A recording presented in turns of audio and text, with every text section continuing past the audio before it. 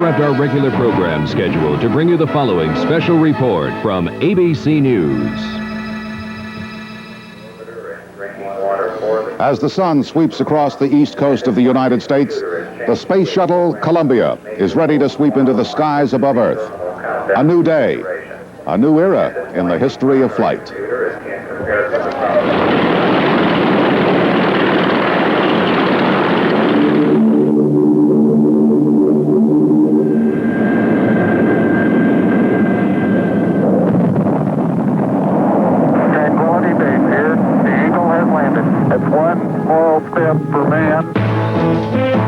This is an ABC News special, The Next Giant Step, Space Shuttle Columbia. Live coverage of today's launch. Now from the Kennedy Space Center in Florida, Frank Reynolds. Good morning, and indeed a good morning it appears it will be here at the Kennedy Space Center. Astronauts John Young and Robert Crippen have been inside their spaceplane Columbia for a little more than 2 hours now. The clock, as you saw, is running now at 18 minutes and 46 seconds before liftoff. However, that is somewhat misleading because there is a built-in hold that will take place in about 11 minutes or so, or 9 minutes perhaps. But everything is moving favorably toward a 7 a.m. on-time liftoff of the Space Shuttle Columbia, ready to begin this first ever flight of a brand new, never-before-flown type of space plane. The weather conditions, as we said, are quite favorable. It's a beautiful day, just about the way it was here on Friday morning when we were all so disappointed. At another vantage point here on Merritt Island, where the Space Center is located, we have my colleagues Jules Bergman, our ABC News science editor, and former astronaut Gene Berman, and they are at a location that gives them a very, very good eyeball view of the shuttle as it roars off into space. They're a little south and a little farther east of the launch pad than we are.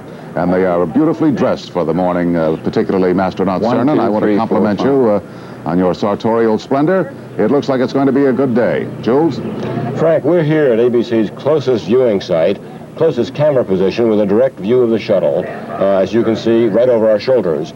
The single best viewing site, and with me, as you said, is former astronaut Gene Cernan, who commanded America's last lunar landing flight, Apollo 17, and indeed, whose footprints are the last man left on the moon.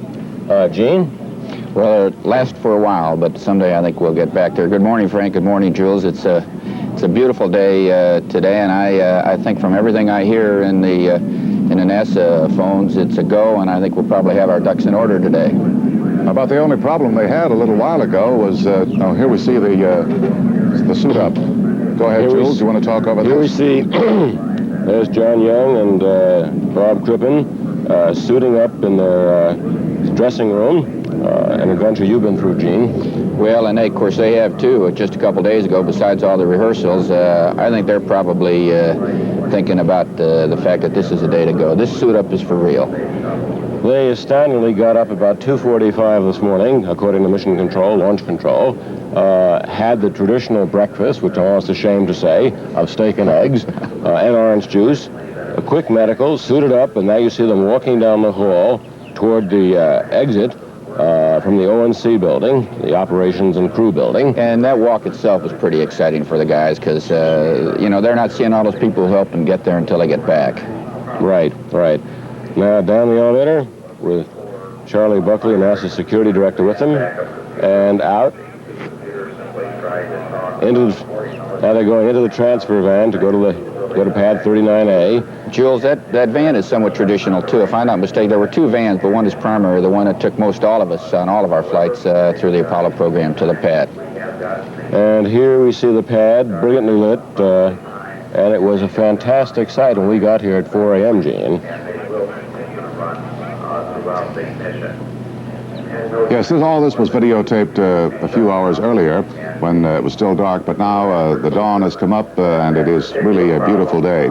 It should be pointed out that it's kind of an historic day too, isn't it? Not merely because of this flight, but also because it's the anniversary of the first manned flight into space. Yuri Gagarin, the first Soviet cosmonaut, went into space and became the first man to orbit the Earth 20 years ago today on April 12th, 1961.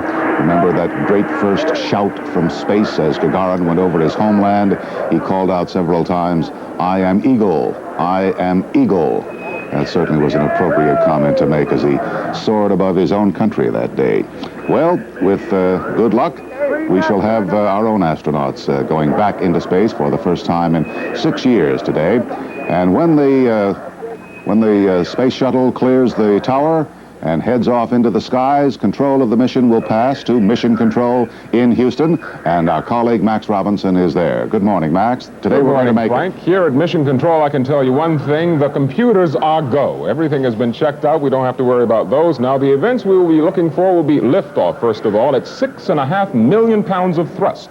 The solid rocket boosters and the 3 main shuttle engines will lift the rocket or the shuttle off its pad 7 minutes after liftoff, or 7 seconds, I should say. The shuttle will clear the tower. At that time, Mission Control will take over here in Houston from the Cape, and from that time until touchdown, will control the mission. First thing to watch for is normal engine fire. Never has a manned flight used solid rocket boosters before, or never has the shuttle's engines been tested in space. 10 minutes after liftoff, the shuttle will attempt to achieve orbit with its orbital maneuvering engines. It will insert into orbit at about 130 miles up. On the second orbit of Columbia, perhaps the most critical operation of the mission will occur, the opening of the cargo bay doors. Now, when the cargo bay doors are open, the 4 radiator panels will deploy. The radiator panels dissipate the heat from the shuttle into space, heat that builds up from the electrical system and from the cockpit. In fact, a tremendous amount of heat. If they are not able to deploy the cargo bay doors to open them, they will have to abort the mission on the 5th orbit. And then the first television transmission of the cargo bay door opening will occur from space. Now, to tell us about how all the things that must work, that is, the mechanical things that must work to achieve all of this, here's Hugh Downs. Hugh? Max, you mentioned the first crucial thing is working now, and that's the onboard computers. Now that that problem is solved, they must work throughout the mission. Obviously, of the stack, the main boosters, the thrusters that will bring the orbiter into orbit must work, and the outrigger solid state, as you mentioned. Once in orbit, it is necessary to get the doors closed as well as to get them open, because there's thermal control there, but they can't re-enter with the doors open. So that would have to be done by astronaut Crippen suiting up and coming out and closing them if necessary by hand. The final thing that must work is the tiles that protect it from the heat of re-entry. They now believe the tile problems are all solved, and once the ship is in, it will glide into Edwards Air Force Base without difficulty. Back to you, Max. Thank you very much, Hugh. Again, we will be looking for those events in about 23 minutes, if everything is on schedule. Again, the computers have been fixed. Mission Control told us that yesterday. Everything is go as far as the computers are concerned. Here is Shuttle Launch Control. And counting. Everything going very smoothly in the countdown at this point. The booster test conductor ordered the gaseous nitrogen purge of the solid rocket booster aft skirts to begin. The chase aircraft presently at Patrick Air Force Base have been ordered to start their engines, and a check with all the test support team members has verified that they are go for launch. The main propulsion helium subsystem cockpit switches have been configured for launch, and the helium tank isolation valves are open. In just a few seconds, another check of the abort advisory system will be conducted. This is a visual signal that would go to the astronauts if it were necessary for them to abort. And if it were necessary for them to abort while on the pad, before the engines are actually lighted, they would quickly get out and go down a launch or a wire, an escape wire that would take them to a secure bunker underground where they would be safe in the event of what would undoubtedly be a pretty big bang out here if something really went wrong. Well, of course, the first thing that will really happen 6 seconds before liftoff is the lighting of those main engines, the 3 powerful thrusters on the orbiter, which derive their fuel, of course, from that huge external tank to which the shuttle is attached. Those engines have to work. Before we're going to have a report on them, I want to show you some of the crowd here at Titusville, about 13 miles away. Once again, the space buffs from this part of the country and from many other parts of the country have gathered here. And as you can see today, they really expect the thing to go. They were in the same expectant mood on Friday, and a great many of them have returned right now to come back, waiting for these last few minutes here, through these last few minutes, before the great sight unfolds before their eyes. And they'll have a pretty good look at it, too. Here is the clock showing 9 minutes and 48 seconds, 46 seconds to go before liftoff, but that is going to be stopped very shortly, and there will be a built-in hold. We are still heading toward a 7 a.m. Eastern Standard Time liftoff. As I said, those 3 thruster engines on the orbiter have to go. And for a report on how important they are, we're going to go to Al Dale at the Marshall Space Flight Center in Huntsville, Alabama. The engines were manufactured and built. This is a full-scale model of the orbiter's main engines. On liftoff, each one of them will guzzle 1,000 gallons of fuel per second and release energy equivalent in terms of watts to the output of 23 Hoover dams. To achieve the required efficiency for launch, engine pressure 3 times higher than that of the Saturn moon rocket is necessary. But unlike previous rockets, which were used only once, the Space Shuttle's main engines, costing $30 million apiece, have a projected lifespan of 55 missions. We have components of this engine in ground tests that we have tested 150 times.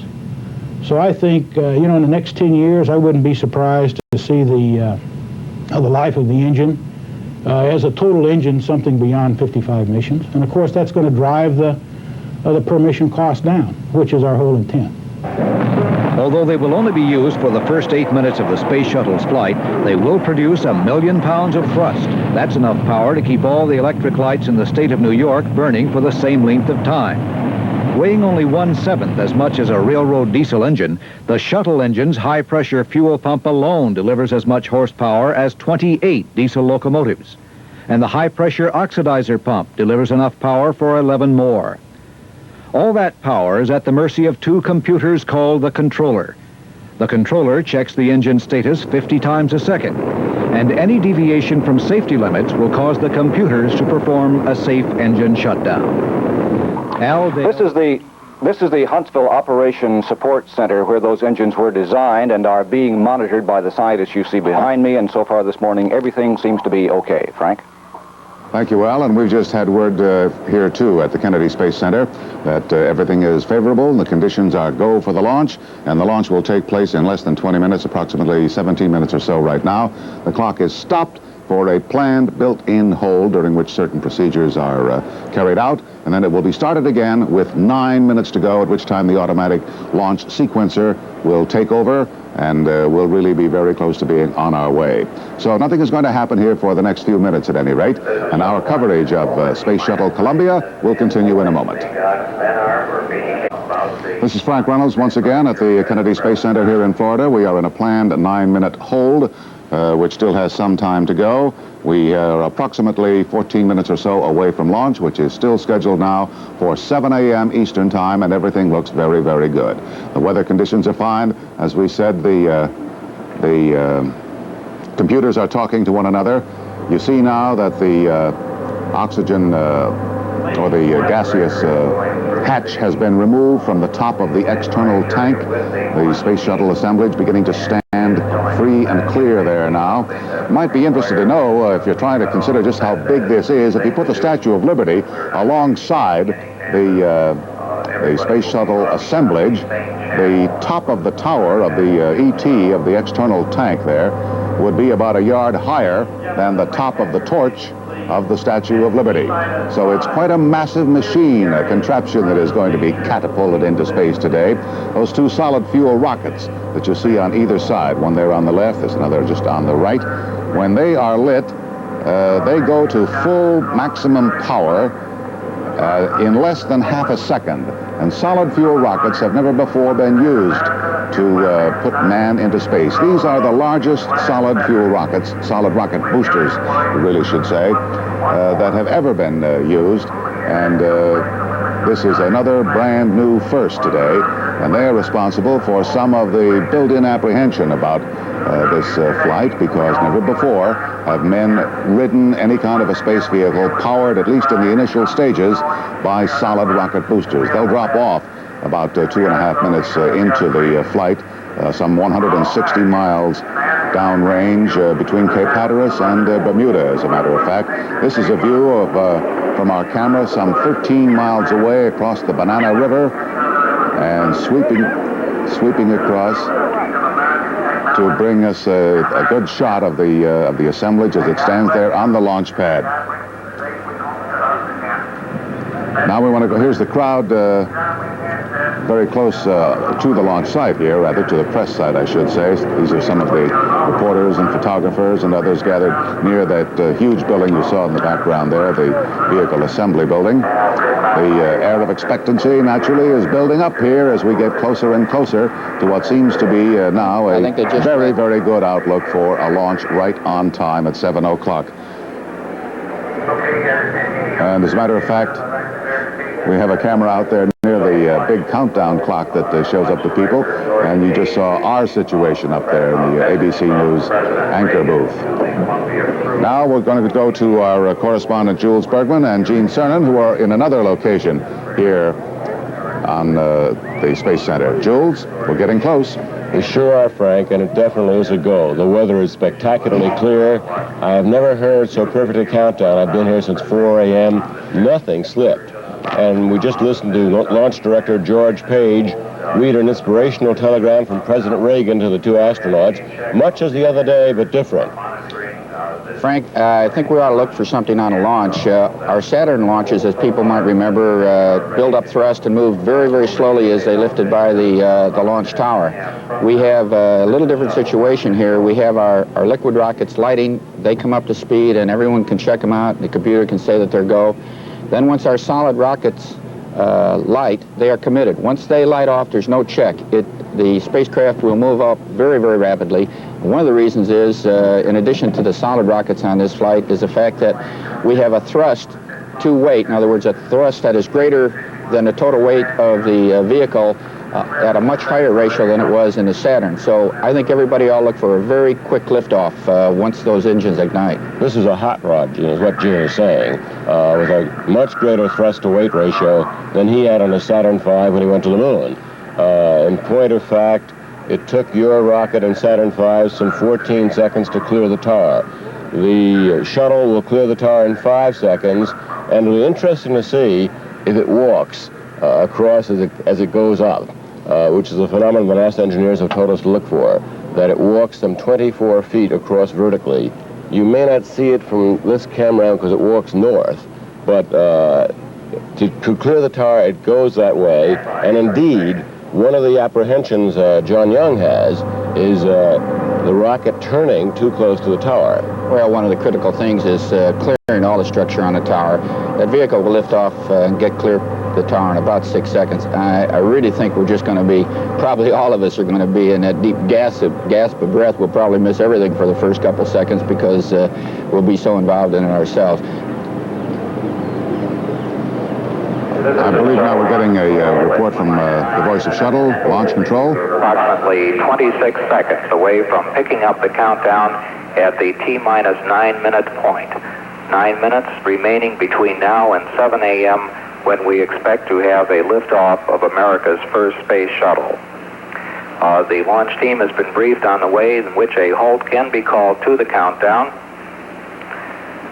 During the final 9 minutes of the countdown, and we're coming out, we're at T-minus 9 minutes and counting. The launch events are being controlled by the ground launch sequencer now. That has been initiated, and that will be in control up to T-minus 25 seconds when they switch to the onboard redundant set launch sequencer. The ground launch sequencer is a part of the launch processing system and operates by relaying commands to the orbiter's onboard computers, which then report back to the launch processing system that the commands have been executed. The primary job of the computers is to check that all of the launch commit criteria, such as propellant loads, temperatures, pressures, and other measurements, are satisfactory. The primary All right, the countdown clock has started running once again, 8 minutes and 15 seconds away from the actual moment of liftoff. And we'll be back with our coverage of Columbia and the flight today after this message and a word from our local stations. Hello, Houston. How do you read Columbia? During the Apollo flights, each one-piece spacesuit was custom-made for an astronaut. Today's spacesuits are mass-produced two-piece units, available in small, medium, and large sizes. Space Shuttle Columbia continues. Now from the Kennedy Space Center in Florida, Frank Reynolds. Only about 5 minutes to go, a little more than 5 minutes to go now before ignition and liftoff. The swing arm there, you see the access arm that has been attached to orbiter has now been withdrawn, pulled back. Look at the view from out of that as it swings back across. This is the passageway that the astronauts would have used. As you see it retreating there on the left, this is the passageway the astronauts would use in order to get out of the spacecraft in the event anything had happened up to this time. Now, of course, the only way they can get out in the event of some difficulty is to eject, which they can do even at this point. And that would be the least desirable way for them to abort the mission in any way, because, of course, it would be extremely dangerous. Extremely dangerous. Well, 4 minutes and 27 seconds to go before liftoff, before the start of this historic mission. A mission that has never been flown before. They've never used the solid rocket boosters. They never before have sent a spacecraft into orbit that is going to come down as a plane, landing essentially as a glider, a powerless glider. Look at those huge engines getting ready to receive now the millions and millions of pounds of thrust that will catapult this spacecraft and this really strange assemblage off the Earth. We're going to go to Lynn Scher, who is down at the VIP section now, to tell you a little bit more about what to listen for, some of the acronyms that will be used as the launch proceeds. Lynn? Yes, Frank, I am here at the VIP Center and right in the shadow of the VAB. That means I'm with some very important people in the shadow of the Vehicle Assembly Building. And it's easy to use these acronyms around here because sometimes it seems as if NASA is just one giant acronym. For example, here are some of the terms that everyone is going to be hearing in just a few minutes. First of all, there is SRB-SEP, and that's when the two solid rocket boosters will fall away. And then you'll hear MECO, which is main engine cutoff, just over 8 minutes into the flight. And then there's ET-SEP, when the external tank, emptied of its liquid fuel, is jettisoned. Two acronyms no one here wants to use or wants anyone to hear. RTLS, which is return to launch site, the most dangerous forced landing right here back at Kennedy Space Center. And AOA, abort once around. That's a forced landing after only one orbit around the Earth. But I must tell you, Frank, no one here at the VIP Center is saying anything in acronyms right now. All they're thinking about is the word liftoff. They started to cheer when the clock began again at 9 minutes. Everybody here anxiously hoping, waiting, watching. Back to you, Frank. The President's message that Jules mentioned a moment ago said, in part, "You go forward this morning on a daring enterprise, and you carry the hopes and prayers of all Americans with you." And astronaut John Young, the commander of the mission, replied, "That's a right fine speech. We sure appreciate it." All right, we have 2 minutes and 17, 16, 15 seconds to go to launch. Jules and Gene? That's it, Frank. Looks good, huh? That's equipment to go. Yeah. The white room is back. The APUs, or auxiliary power units, have started, which power the flight surfaces and controls. And unless something catastrophic goes wrong, it's a go. By the way, everything happening now is being done automatically by computers. They can be overridden, but so many thousands of things are happening all at once, Gene. Well, it's all in the computer checkout. There's too many things for any one man or team of men to do. We're monitoring effectively in the control center the computers themselves, who are in turn monitoring all the systems of the boosters in the spacecraft. I might add that the President's message was a very moving message, and believe me, at this point in time, I can testify by my own personal experience. A prayer now and then helps, because you need all the help you can get on one of these missions. It's emotional but precise. Well, there are plenty of prayers being said right now. Well, and I'll tell you, I'm getting a few butterflies myself right now. No matter how many many times you watch these things go, boy, you've got to realize what it means. Every time's the first time, whether you've been there before or not. And Godspeed with John and Crip. It's going to be a great one. Godspeed indeed. Water will be armed just a couple seconds from now. It has been armed.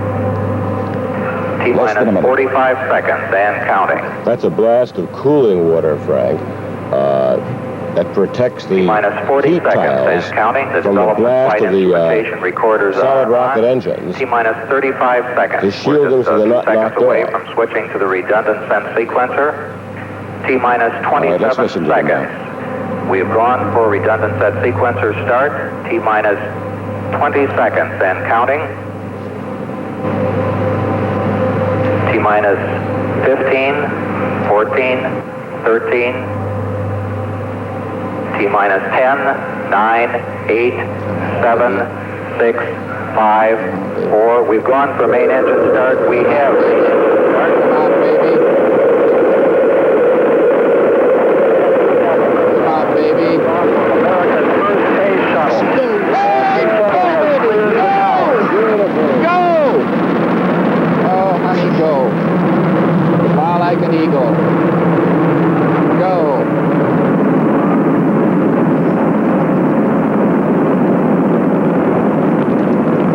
Unbelievable, Jules.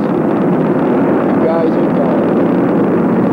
They've rolled now, Jules, and they're on their back. They're going to put you over on your back. Roll programs on. It rolls over.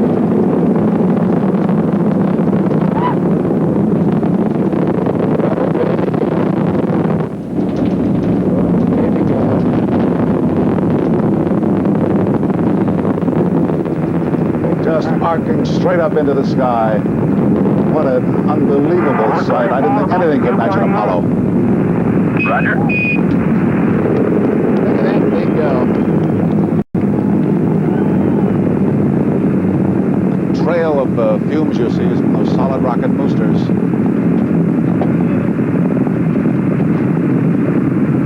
Which are going to come off. Houston, you're going throttle up. About a minute. They're through the maximum aerodynamic pressure now. They go back to 100%. They've actually throttled back a little bit to get through the maximum pressure on the vehicle, and now they've gone back to full throttle. And everything looks to be perfectly perfect. Perfectly normal American thunder in the skies. Roger, Columbia on a nice ride. You're lofting a little bit, so you'll probably be slightly high in staging. 1 minute 45 seconds coming up on go, no, go. Columbia, you're negative seat. Okay, there. So that call up says that Columbia, the altitude is too high for ejection seat use. Columbia, your go for SRB step. All right, they're cleared to get rid of the SRBs. 2 minutes 4 seconds, standing by for SRB step confirmation. And too high to use ejection seats, but not even needing them. There it is. They go. Roger on the step, Columbia. See with the big... Hallelujah, baby. Mark, 2 minutes 20 seconds, confirm solid rocket booster step. Both of them are gone. Now they'll come down. Mark, 2 minutes 30 In the seconds. Atlantic. On-board guidance is converging as programmed. Columbia is now steering for its precise window in space for main engine cutoff. They're at an altitude of over 30 miles Columbia now 39 nautical miles in altitude, 42 nautical miles downrange. Mark, 2 minutes 50 seconds. Columbia, you're looking a little hot, and all your calls will be a little early. Columbia All right. now has 2 engine rotor. Be hot. Real fast, real thought. Mark, 3 minutes. Young and Crip and Rayleigh moving out now. Velocity now reading 6,200 feet per second. And that's over 5,000 miles an hour already, Jules. Mark, 3 minutes 15 seconds. Columbia now 51 nautical miles in altitude, 66 nautical miles downrange. Velocity now reading 6,500 feet per second.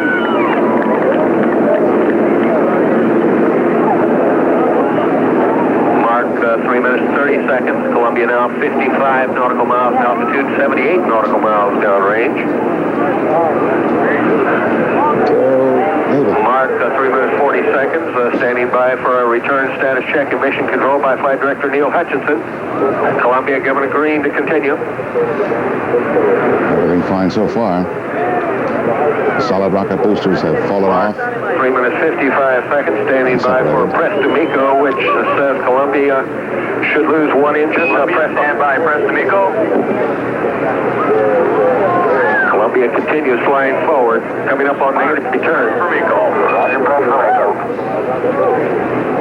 30 seconds, and if they'll be on their way. Mark, 4 minutes 8. Columbia, stand by for negative return. Mark, negative return. They're not coming back here. Here is a view from a chase plane, one of the several chase planes that have been sent out to help track the Columbia as it goes. Capcom, Brandenstein, Columbia now committed to space travel. Young and Crippen can no longer turn around and return to the launch site. Columbia So high and so fast, they couldn't turn back, even if they had to. Jules, that's the call you wait for. The next one is to get that full run. The flash evaporator is activated on board to cool Columbia. We're more than halfway now to the separation of the external tank. 4 minutes 56 seconds. Columbia is lofting early in the second stage, is now being taken out of the 74 nautical miles in altitude, 181 nautical miles down. Nominal man, what a view, what a view. What a view. God. Glad you're enjoying it. Mark, While we wait for the separation of the Columbia now ET, let's have a quick look again at that unbelievably beautiful launch. This will be a videotape replay. It occurred just 5 minutes and 30 seconds ago. Here it is now, as they start those massive engines. This is a videotape replay. 10, 9, 8, It just occurred. 7, 6, 5, 4. We've gone for main engine start. We have main engine start.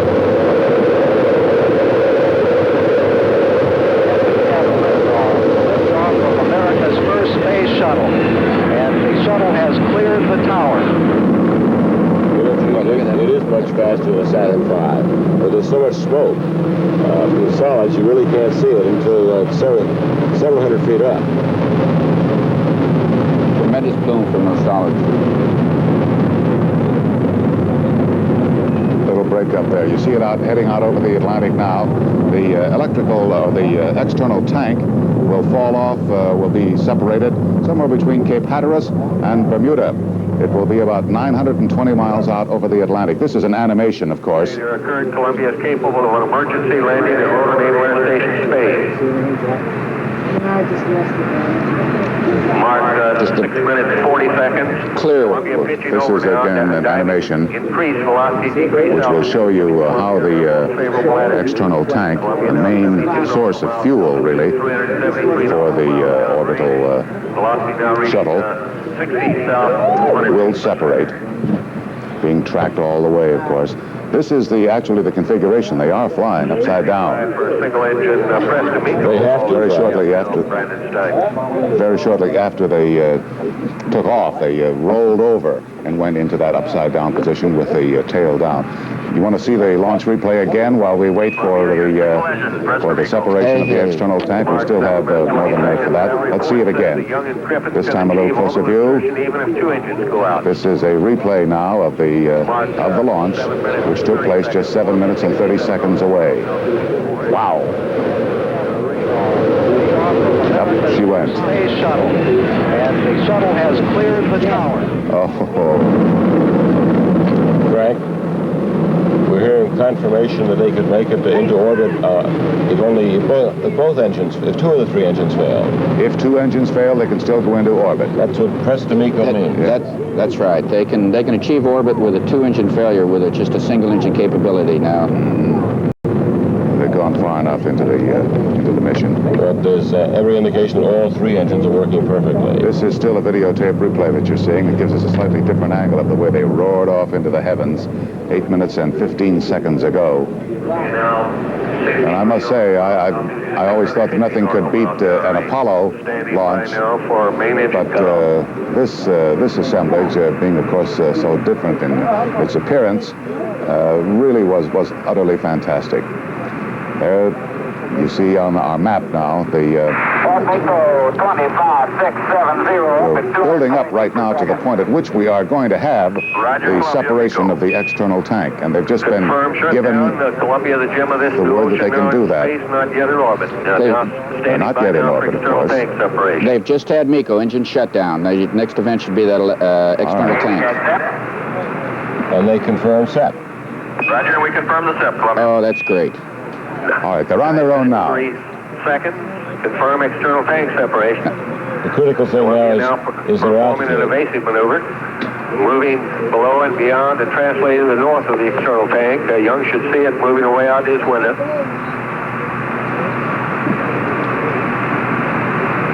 They are gliding in flight now, really. We're not quite in orbit yet, Frank. They've got to fire their onboard orbiting maneuvering It engines is to at this moment unpowered, but it is going to they're going to fire the first of the orbital maneuvering systems. For some 90 seconds. Go status check and mission control for the first ohms burn. Give it a go. Okay, they've been given the word to go ahead. Ohms 1 and for APU shutdown on time. Well, you saw it, boy, it really was spectacular. There is, again, the animation of the, or just a map representation of where they are, swinging way out over the Atlantic Ocean. Moving Columbia forward, They have had separation of all the power that catapulted them up there, the 2 solid rocket boosters, and the external tank is now separated. They have their own power necessary to give them the little additional boost to put them up into orbit. They will go into an orbit, first of all, that is sort of an eggshell orbit. It will be 150 by 63 miles or so. And then later on, they will circularize that orbit at about 170 miles. So they've done very, very well indeed. And so far, this mission is really proceeding flawlessly. Okay, we got 102 on the left and 101 on the right, PC. Roger, Columbia, they're looking good to us. Let's listen and see if we can get the confirmation of that first A status burn. check in the control center. The burn of their own engines on board the orbiter. All the fuel that powered them up there is now gone. LOS, configure LOS. You're looking good burning over the hill. We'll see you at Madrid. Okay, we got a second to go. We're in a 97.42 right now. Roger. I'm sorry, I didn't understand what he said just there. They're in their own burn at this point in time. They're in the burn. They're in the burn, and they're going over the hill out of communications contact temporarily. They'll pick them up again from the Madrid tracking station. And John said everything's looking good, and I think he said they had about 40 seconds to go. Well, that is the first firing in space of those engines on board that spacecraft. Another first And that's a in critical this burn, list of Frank, missions. because the orbit, Yes, the Jules? nominal orbit that they were left with at MECO, or main engine cutoff, was 13 by 81 miles, which is not nearly in orbit. We had loss of signal with Columbia. Through Bermuda, the next station to acquire will be Madrid. And that won't be very long now. In the event, by the way, that they had to fly to Spain, which was one of the alternate landing sites, in case any difficulty developed, it would have taken them only 37 minutes to get from here in Cape Henry to the Rota Air Force Base in Spain. But they're not going there now.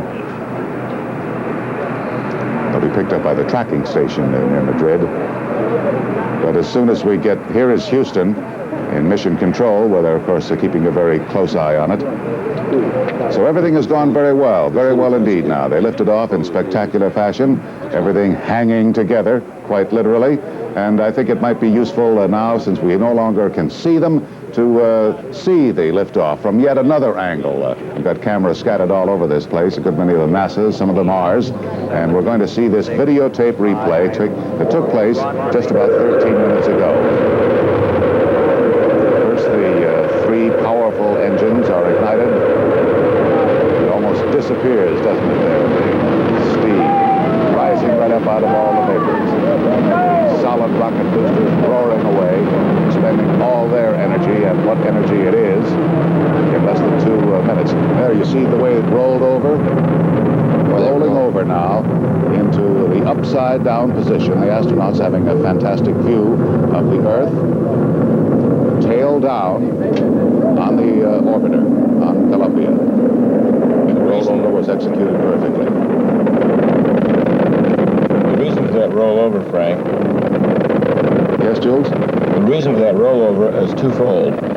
One, so their radio antennas can be heard back at launch control. The tremendous body of the external tank blocks it otherwise. And two, so they can see the external tank separate. The external tank, by the way... This is my contact. Right, you want to do an H5? I'm going to multi-access area Well, 1 there's and 2. the empty launch pad now, and this is the scene in launch control here in the Cape Kennedy, or at the Kennedy Space Center, I should say, I guess. And now the preparations get underway to clean up the mess left behind. They're out of sight. They'll be picked up next by the tracking station in Spain. We are still waiting confirmation, really, that they have gone into orbit. Have we got it? Have we got the confirmation, Gene? Did you hear that? No, Frank, I don't think we've got them back in communications contact quite yet. I haven't heard anything to that effect, but we'll certainly know as soon as we get them, because their own burn should be complete at that point in time. But it was going so well that even they had completed enough of it that even if they didn't get a chance to complete it all, I think they would have an opportunity to raise their orbit at the higher point, or the apogee of their maneuver, which is about halfway around the world on this orbit. Mm-hmm. So I feel pretty confident at this time. It sounds good, Frank. Certainly does. The second OMS burn gets them up to 130 by 130 nautical miles, a circular orbit. What's unusual about this vehicle is that when the external tank burns out. Houston, it's 15 minutes, 30 seconds mission elapsed time. Flight Dynamics Officer Jay Green reports the OMS 1 burn was nominal. Time of ignition, 10 minutes, 37 seconds mission elapsed time. Delta V, 164.7 feet per second. Duration of the burn, 1 minute, 27 seconds. Resulting orbit, apogee 132 nautical miles, perigee 57 nautical miles.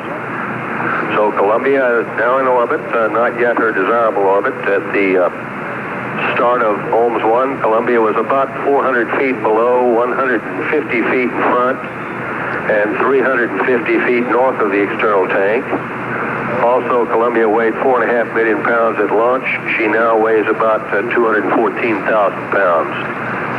At 16 minutes mission elapsed time, this is Shuttle Control with Houston. Frank? Yes, Gene. Their orbit now, so that everybody understands, they are in a very elliptical orbit. They are climbing very rapidly to the 130-mile point on their orbit. At that point, they will put some more energy into their orbit to bring the low point, which will occur over Florida here. Second OMS burn. Yeah, it's with their second OMS burn, they'll bring that low point, which normally would occur over Florida, up to a higher altitude, I believe around 130 miles, so that they're circular. Should they not do that second OMS burn, they would be desperately close, coming down from that 130 miles over the United States, desperately close to actually re-entering, because of the thickness of the atmosphere, up around 57 miles. So second OMS burn is very critical. They are in orbit. They must get some energy into the orbit about halfway around the world when they get to 130 miles above the Earth, so that they can bring the other half of the oval, if you will, the part that the low point that occurs over the United States, up to 130 miles. Then they'll be circular. Later on, they go up to 150 miles. This next burn is something we want to watch for. And that will be in about 20 minutes, Gene, do you think? I think it's about 44 minutes elapsed time. Mission elapsed time, about a minute away now. We are 17 minutes and 48 seconds into the mission now, and all the signs and indications are good that everything is going very well indeed. It was a spectacular launch. Everything separated just on time. They are in orbit, and they will, in about 30 minutes or so, We're 26 light their minutes engines away, once Frank. again. I beg your pardon, Jules? We're 26 minutes away from the second OMS burn. 26 minutes away, and when they will circularize their orbit and get into a more desirable orbit. But they are in orbit right now. We'll have more, of course, on the flight of Columbia. Our coverage of Space Shuttle Columbia will continue in a moment. Hello, Houston. How do you read Columbia? Most of the tile manufacturing is based on automated processing. The top coating, however, is sprayed on by hand since machines are not accurate enough. Where not much is happening right now, but it was a spectacular sight some 21 minutes ago. We understand the astronauts have received the go signal for the second burn of their orbital maneuvering systems, their own onboard engines, so that they can achieve a more satisfactory orbit. Once they cleared the control tower, of course, Mission Control in Houston, cleared the launch tower, I should say. Mission Control in Houston took over, and Max Robinson is there now. Max, it must have been a great sigh of relief when they saw it all lift off. Interesting thing is that even though the people at Mission Control here knew that everything was fine, they waited with all of us to see that the shuttle clear the tower. I find that fascinating, even though they knew they were waiting along with us, us amateurs, if you will, to see it clear the tower. The shuttle, incidentally, has just achieved an orbit of 130 miles by 131, the circular orbit they were attempting to achieve. I don't know if the second burn has occurred at this time, but we do know that the... No problem with that. Let's see Mission Control. That's what it looks like.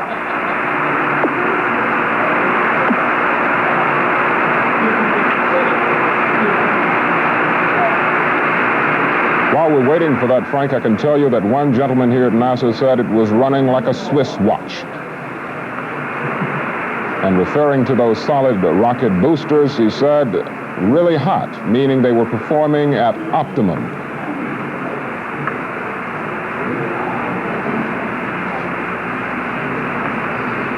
We had mentioned before that the perigee, or the lowest point of the orbit, was 57 miles. That has apparently been brought up now to 130 miles, with the apogee at about 131 miles. Well, it was one fantastic ride.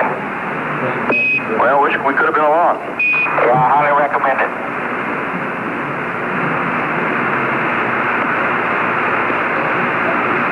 Shuttle Control Houston, 23 minutes mission elapsed time.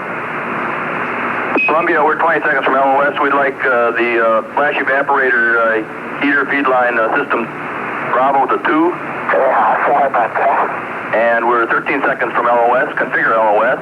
We'll see you at Indy at 36 plus 00. Roger that. 36 plus 00.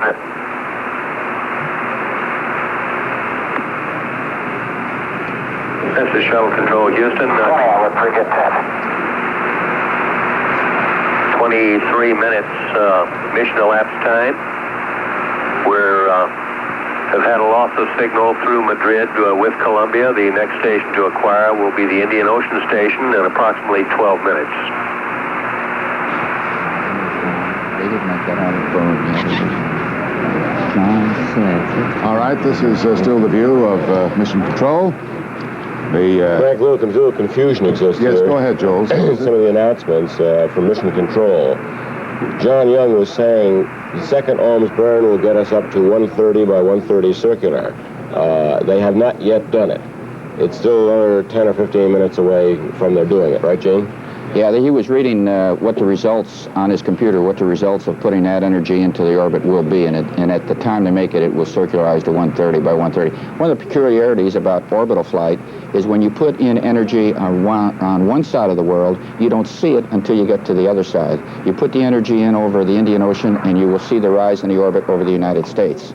It's just that's the mechanics of orbital mechanics. You fire your engines at perigee to achieve a higher apogee? Yes, you fire them at one side of the orbit to change the other side. The same thing when they come in. They will retrofire on one side of the orbit, and they will begin to see it decay on the other side of the world.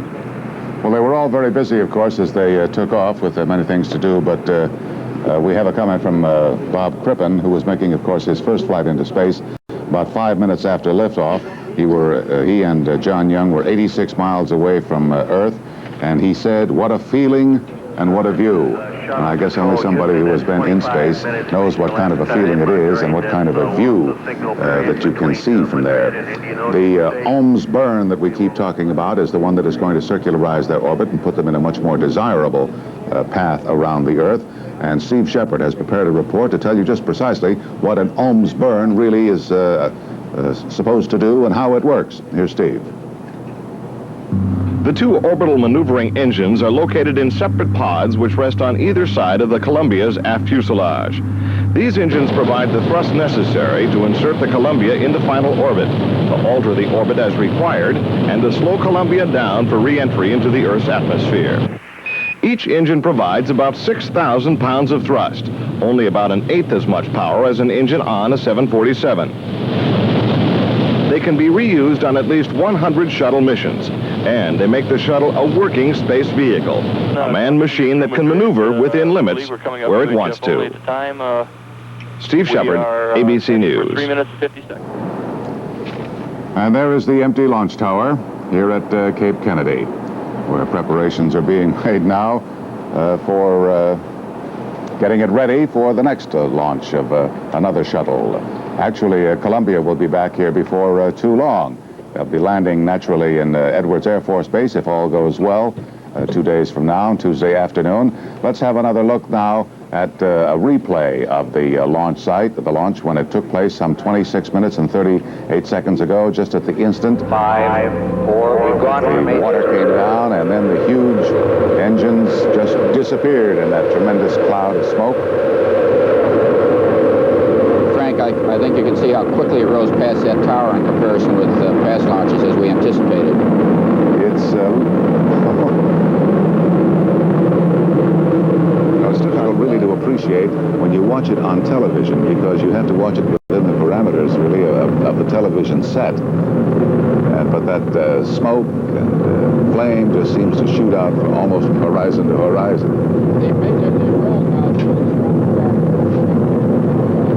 You know, it appears to be riding smoothly, but actually, Gene, they got bounced around a bit, didn't they? I think on those solid rockets, Frank, they got a rougher ride than we got on the first stage of the big Saturn V. Those solid rockets apparently are pretty rough riding engines. We'll know better, of course, when we get a chance to talk to John and Bob, but I'm sure it also smooth out quite a bit once they jettison those solids and we're on the main engines of the shuttle, the liquid rocket engines. Gene, if it was like the simulators I flew, the pogo effect jerks you up and down with a high-speed oscillation, 5 cycles per second, and giving a G-load of 3 or 4 times our weight as we sit here with each move. Frank, if the camera can show it, Yes. there's some of the smoke from the launch that's formed into a cloud just to the west of the launch pad. Still there, sure.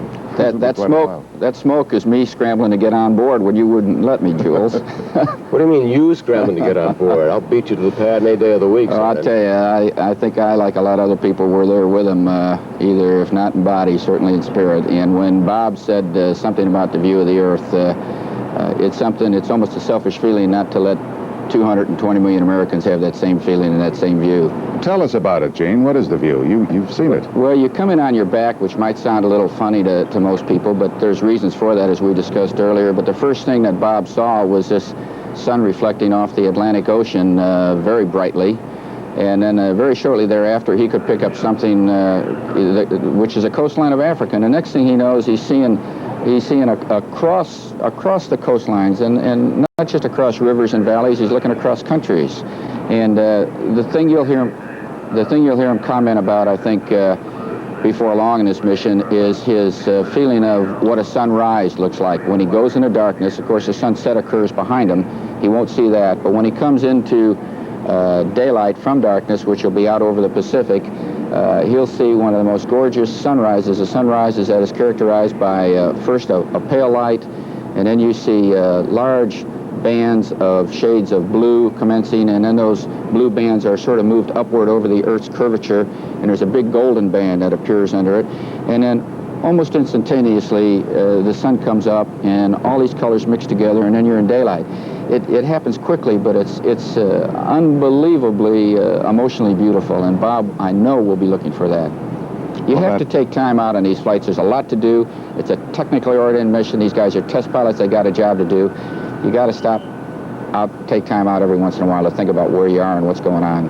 Well, you can't avoid that, can you, Gene? I mean, even though you might have a lot of things to do, buttons to push and switches to switch, how can you possibly forget for a second, really? Well, these guys... How lucky you are to be there. lucky, privileged, I guess there's a lot of adjectives, but Frank, these guys are all human beings. They're not stereotyped in any one way, shape, or form. Their heart rate goes up. They're a little apprehensive. They feel the emotions of beauty, perhaps experience some of the sensations of fear and apprehensions at times. And, you know, we find ways to express it. I'm not sure. It's so emotional. I'm not sure if there were poets and writers up there, they could perhaps express it any better. It's just absorbed within the emotional system of the human being. Well, I think you've done a very good job of transmitting to us Frank, right now. That description of the sunset was very powerful, Gene. Yes, go ahead, Jules. What got me, and Gene and I were discussing this morning at 4 a.m. driving out here, was the cool of these two guys, of Crippen and Young. There we were, T-minus 9 minutes only 2 days ago, and there they were sitting in their seats ready for launch, and bang, it gets scrubbed. At 11:30 that morning, they get out of the cockpit. They go back to the crew quarters, have a light lunch, talk to the management people, and at 4 p.m. went to bed to get up the next morning at 4 a.m. to fly, practice more shuttle landing flights. It's fairly unbelievable. Joe's, it's called motivation. You know, when you believe in something as strong as these guys believe in what they were doing, they could do that every day in a week. A little disappointment, but waiting for the real thing as we did today was certainly worth their wait and worth our wait, and they're motivated to do what they're doing, and that's what really counts. Have we had a report yet? I haven't heard one, Gene, on the pulse rate during the ascent. I'm sorry, Frank? Have we had a report yet? I haven't heard one on the pulse rate of the astronauts during the No, I haven't heard. I don't care how cool they are. It's got to speed up a bit. I haven't heard one at all, but I don't know if you all picked it up. John Young said, thank you, Mr. President, that was a good speech. Well, that's sort of a John Young humor. There's not many people who tell the president he just gave him a good speech. But I think they're probably pretty cool. But through that launch, I know that they both started beating pretty fast. I know that it's very early in the morning, and it's quite possible that a good many of you missed the actual launch, which took place some 32 minutes and 45 seconds or so ago. And we're going to have a replay of that. We're going to have a replay of the launch in the event that you missed it. And even if you didn't see it, if you didn't miss it, I'm sure you'd like to see it again. Gene, what is the sensation as you realize that you are committed? Well, the first thing that happens before you even feel any movement at all is that there's a tremendous shake, and I'm comparing, of course, to Saturn V, tremendous shake and a noise that you perhaps feel as much as you hear. And then, of course, once those solid rockets light off, you can, this moves so quickly off the pad that I'm sure they felt a quick G-force or a quick acceleration as they left the pad, which we did not really feel with the Saturn V. Now, as we talked about, there's probably a great deal of noise because the solids are noisy. We could hear that on the ground. They can also hear and feel that inside the spacecraft. There's a lot of rumbling. John Young once called staging. That's when the first stage of the Saturn V separates from the second stage, the great train wreck. Well, I'm sure when these two solid boosters shut down and separated, it was his second great train wreck that he's been in. Well, as you watch it on the television, you know, it certainly is a majestic rise into the heavens, but actually it's a leap towards, a lunge towards space, isn't it, with these solid rocket boosters? I think we've characterized that giant leap for mankind with this flight. It does leap for the heavens. It's anxious to go, and once you get it motivated like the crew, there's nothing holding it back, as we saw today. In the simulator, at least, it really is a pulsating, smashing rise caused by the burning characteristics of the solids. Well, you know, Frank, pilots have a characteristic of treating the airplanes they fly, vehicles like the space shuttle, like a human being, like a woman in a sense. We call them she's, and try and take care of them and treat them right. They treat you right. And this vehicle, particularly one that will fly over and over and over again, will develop a personality. Will develop a character. And John and Cripp are finding out a little bit about what being married to the space shuttle for the entire astronaut crew is going to be all about. Well, they've got 54 and a half hours of total time inside there. Actually, a little more than that if you consider the time that they spent before the launch today. But the next really spectacular sight, apart from the television that we're going to see from the from Earth orbit when they open the cargo bay doors, and that will happen before too long, early this morning. will be the landing out at Edwards Air Force Base. When it comes down almost just like a rock is about the only way you can describe it, and then flares out over the dry lake bed in the Mojave Desert and comes down to a pretty fast landing, and that too is going to be a spectacular Well, sight. Frank, that should be Sunday or Tuesday afternoon. Yes. The astronauts who landed it, Frank, call it the brick glider. well, there's no engines, remember, on this airplane, so just like the launch, you only get one chance to land. You can't take it around like an airplane could. You have to do it right the first time. And we're getting acquisition of signal once again now. This is Mission Control in Houston. See, the astronauts have already crossed the continent of Africa. and they are in darkness at this time. They are, yes. They should be in darkness at this time, and they are. Roger, Columbia, reading you loud and clear. Oh, here we go. Here we go. And they are. Roger. And I have your Ohms pad for your Ohms 2 burn when you're ready to copy. We're over Ethiopia right now. What they're doing is giving them the updated information based upon the radar tracking of their orbit, which might change the energy they put in at the high point of the orbit just slightly. Roger, for your Q cards, cross-feed Q.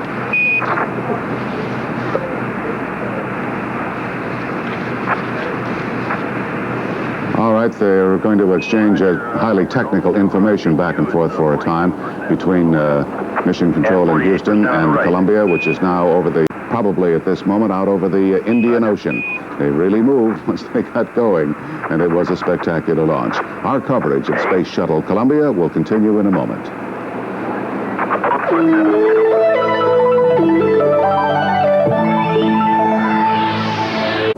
Here is the Mission Control in Houston. The astronauts are out over the Indian Ocean now. Just should be approaching it there. They'll be heading down toward Australia, and that second Ohms burn, the lighting of the orbital maneuvering system engine, will take place very shortly now. Tell about when the MPS was spinning there during Ohms 1 that it was...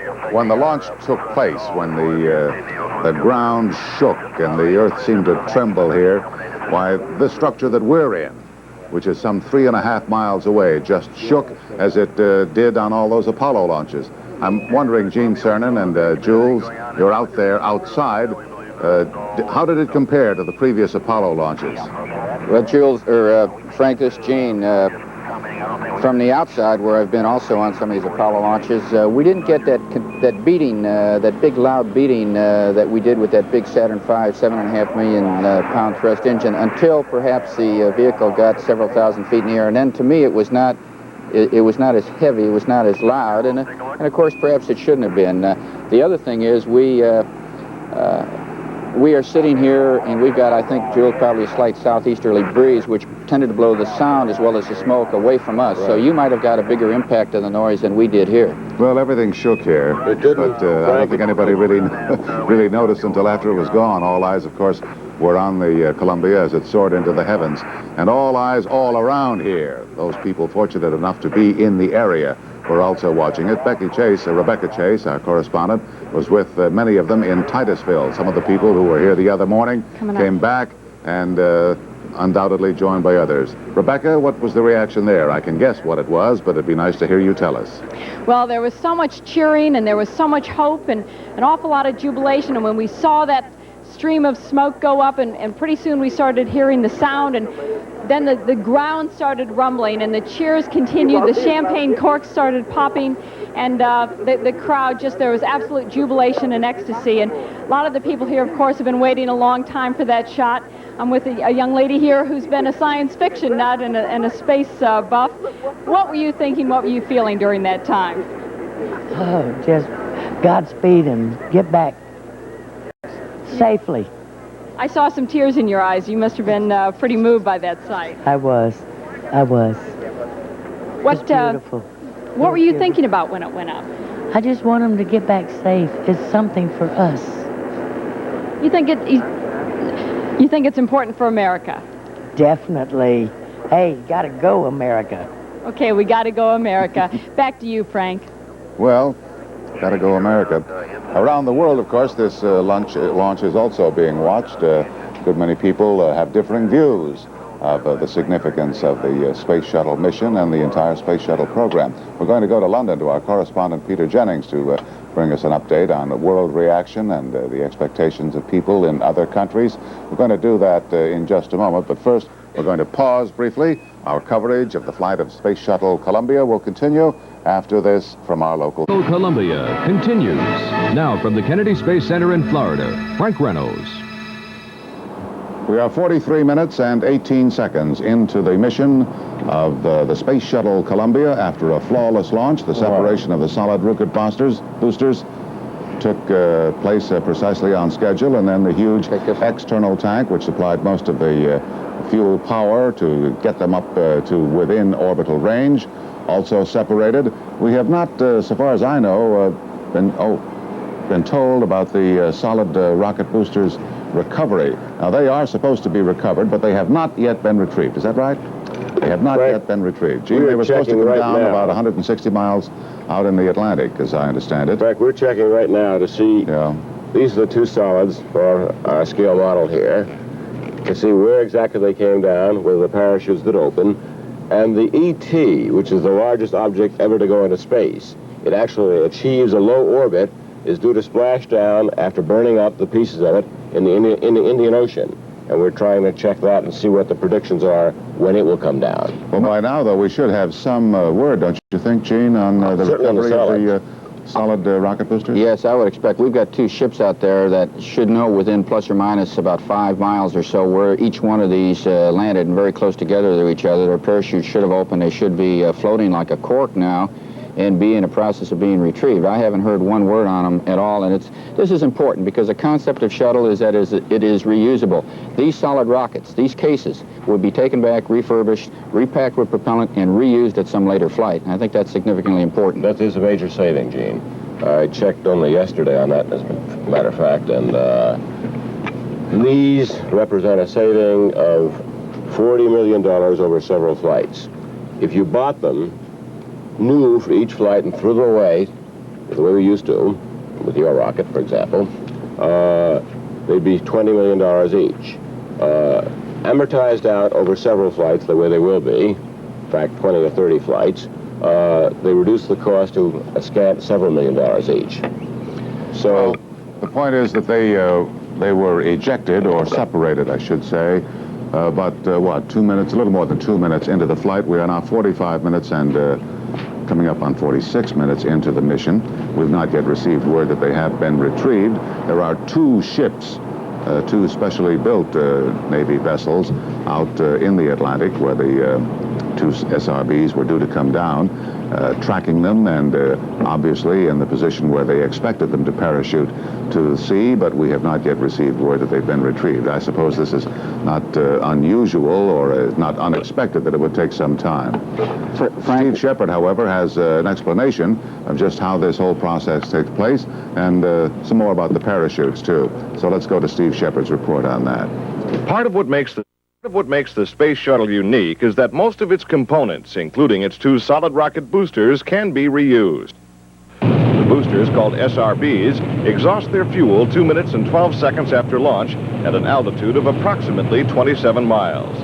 At that point, exploding bolts will separate the boosters from the still climbing Columbia orbiter, and they will begin to fall back toward Earth. The largest parachutes ever made will deploy from the boosters to slow their descent. Still, they will come down fast, hitting the surface of the Atlantic at about 60 miles per hour, some 160 miles east of Cape Canaveral. Air trapped inside the boosters as they hit will ensure that they float in an upright position, something like bottles bobbing in open water. Transmitters on the boosters will send out homing signals, which will be followed by two privately owned recovery vessels. Once near the boosters, the ships will winch in the huge parachutes and then deploy two remotely controlled submersible nozzle plugs, which will proceed to the boosters, dive below water, and plug them up. The two SRBs will tip over and float horizontally. In that position, they can be towed to shore like logs for use on yet another shuttle mission. Control here in Houston, and they are now zeroing in on those solid rocket boosters, which have come down in the Indian Ocean. Projected area in the Indian Ocean, and the ships, as Steve Shepard told you, the Liberty and the Freedom, are heading that way. Incidentally, a few minutes ago, Bob Crippen was talking to shuttle control here, and he said that John Young, the commander, had said to him over the years, talked to him about how it felt on a space launch, and he said, Bob Crippen said, there's absolutely no way to describe it. He also sent back the message that there was some junk in the cabin, in the crew's cabin, and they had to do a little house cleaning in a few minutes. One of the first things that the astronauts will do on the second orbit is to attempt to open the cargo bay doors. That is a crucial operation, along with the other operations that will take place during the next 2 days. Hugh Downs, tell us about some of those critical operations that the astronauts will be performing. Yes, Max, some of the things that had to perform right have already proved themselves. We're through now with two types of fuel, the solid fuel boosters and the liquid hydrogen, liquid oxygen. The OMS engines still must perform in order to circularize the orbit at 150 nautical miles and to bring it back through retrofire. The computers obviously have proved them that they are functioning. The doors that must now be opened, this is a maneuver that we've talked about. In opening these doors, they're not going to load or unload anything from this cargo bay, but it is necessary to get the doors open so that these radiator panels can dissipate some heat that would be unwanted and build up in a relatively short time. A lot is going on electrically and mechanically on the shuttle as it's orbiting, even though in orbit there will be no power applied, since that's not necessary to maintain the orbit. The importance of having the doors closed again is obvious. It cannot re-enter without the doors closed. So here is something that we anticipate will work, like as everything has worked up to now. If it doesn't for any reason, the doors will have to be closed, and this would require an EVA. Crippen, in this case, suiting up, going out into the vacuum, getting these doors shut, because that is necessary for re-entry. The final thing that must work, in addition to the OMS firing retrofire to deorbit and bring the ship down into the atmosphere, is the protective tiles. Now their troubles have been ironed out, and on the underside of the ship, and actually covering over 70% of the body of the ship, are tiles that will handle the 2,300 degree heat that is built up from friction with the atmosphere at the tremendous speed it comes in, 18,000 miles an hour. This uses the atmosphere as a giant brake and allows the ship to slow down to where it is an aircraft, and at that point the air control surfaces will take over and they'll fly it like an airplane without an engine. It has a very poor glide ratio as a glider, has to come in at a very steep 22 degree angle, and through energy management maintain a speed of about 245 knots on approach, and then it'll land at a good 200 miles an hour at Edwards Air Force Base as an airplane. Max? Back to you to talk to us about that mission. Incidentally, I talked about how the solid rocket boosters came down in the Indian Ocean. They came down in the Atlantic about 160 miles offshore. The external tank came down in the Indian Ocean. We're still attempting to find out if the solid rocket boosters have been located in the Atlantic. Frank? Yes, the external tank has a footprint of about 600 miles long for whatever pieces of it actually do survive as it comes down through the atmosphere. But of course it was planned to land in the Indian Ocean, far from any population centers, and the same is true of the SRBs. We were talking a moment ago about the heartbeat of the astronauts, no matter how experienced they are or how cool and calm and collected.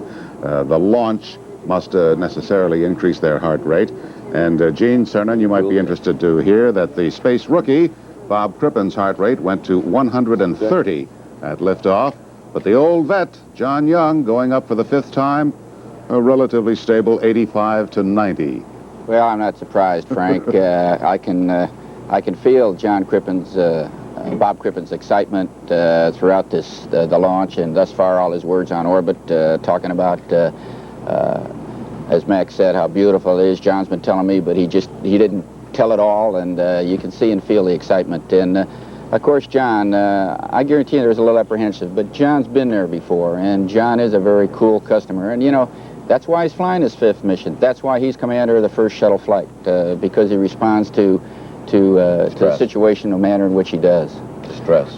And he's flying, too, even though he's had experience in space, he is flying an entirely new vehicle, and so naturally, as you say, there should be some apprehension and some concern about it. Frank, yes, go ahead, Gene. Well, I was just going to say, one thing we might just want to mention here now, although this shuttle to most of us looks like an airplane effectively, it's in space now, and there's no air up there.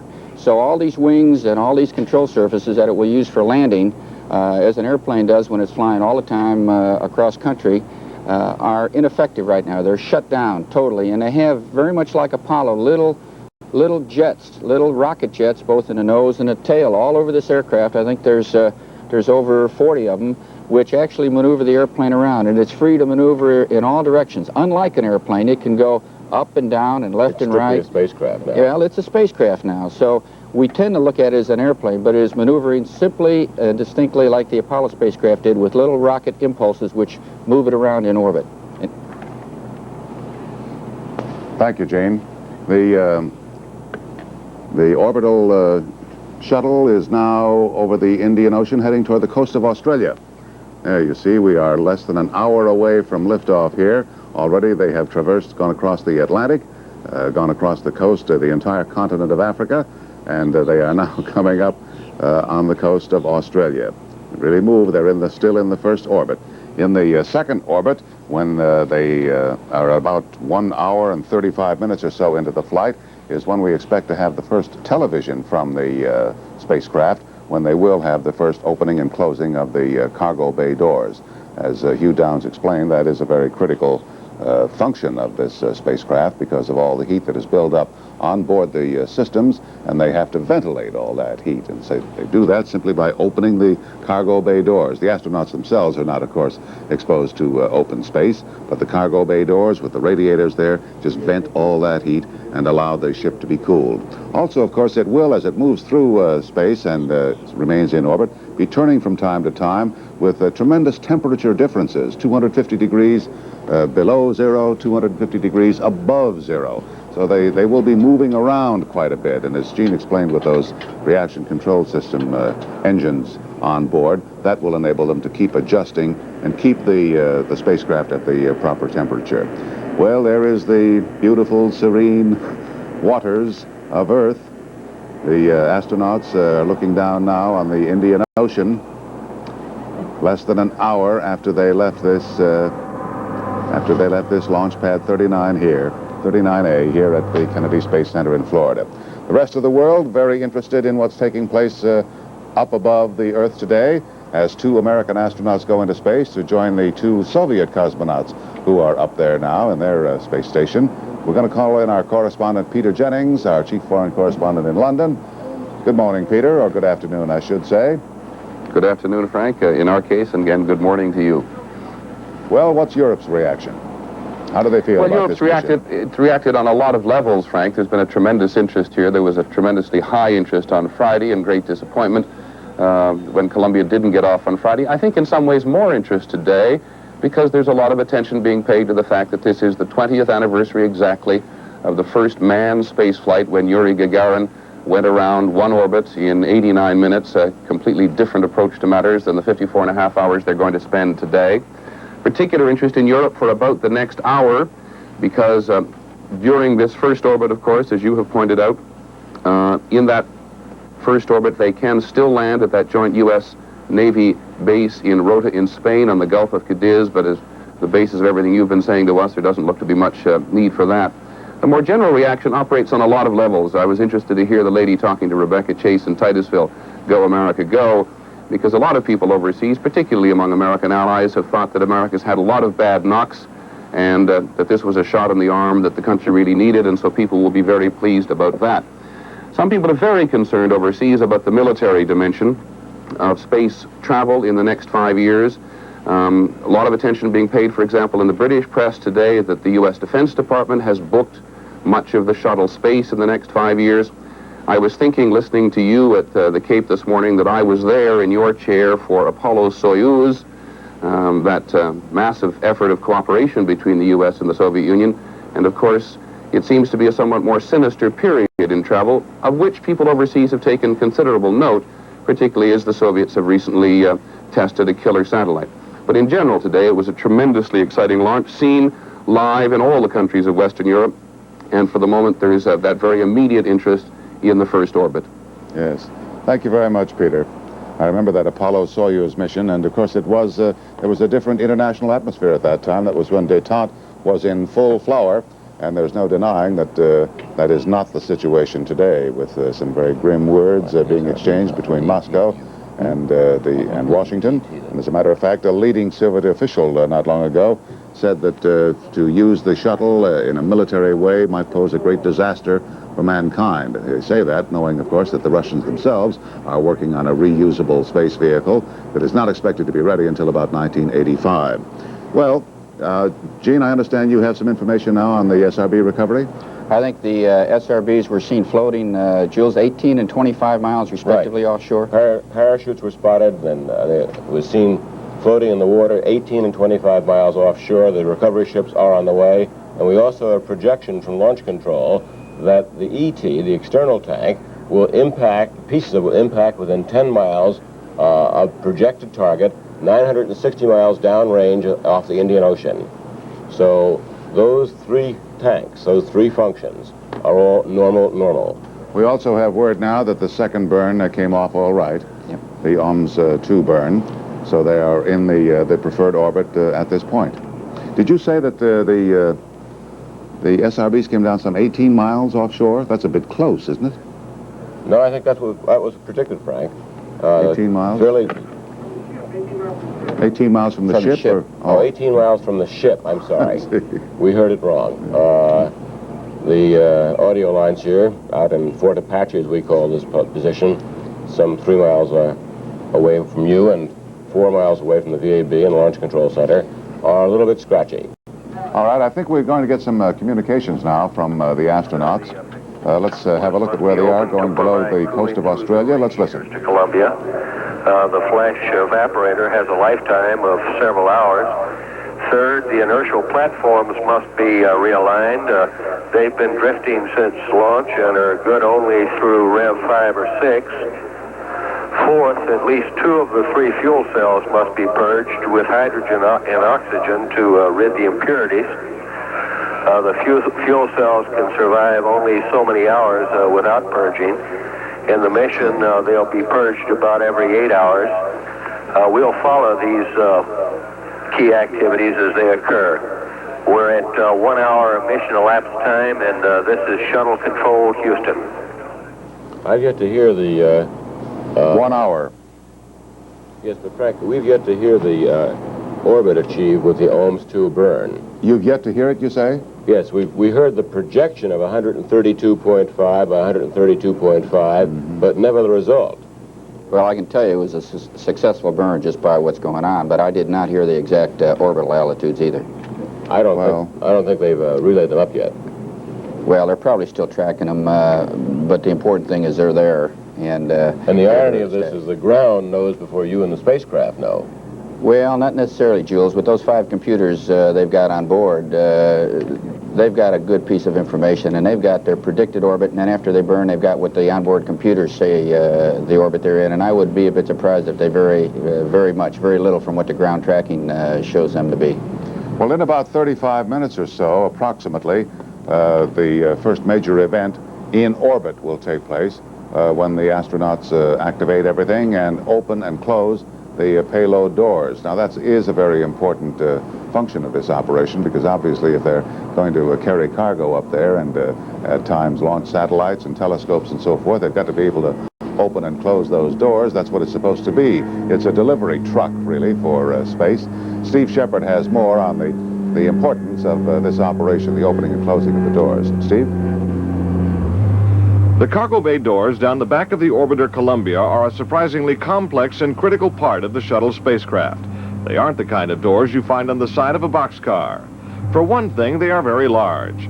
Each of the 2 doors is 60 feet long, 6.7 feet wide, and weighs as much as 2 compact cars. They are made not of titanium or some other exotic metal, but of a graphite epoxy material, a sort of sophisticated plastic which is both lighter and stronger than metal. Attached to the inner side of the doors are 4 giant radiators.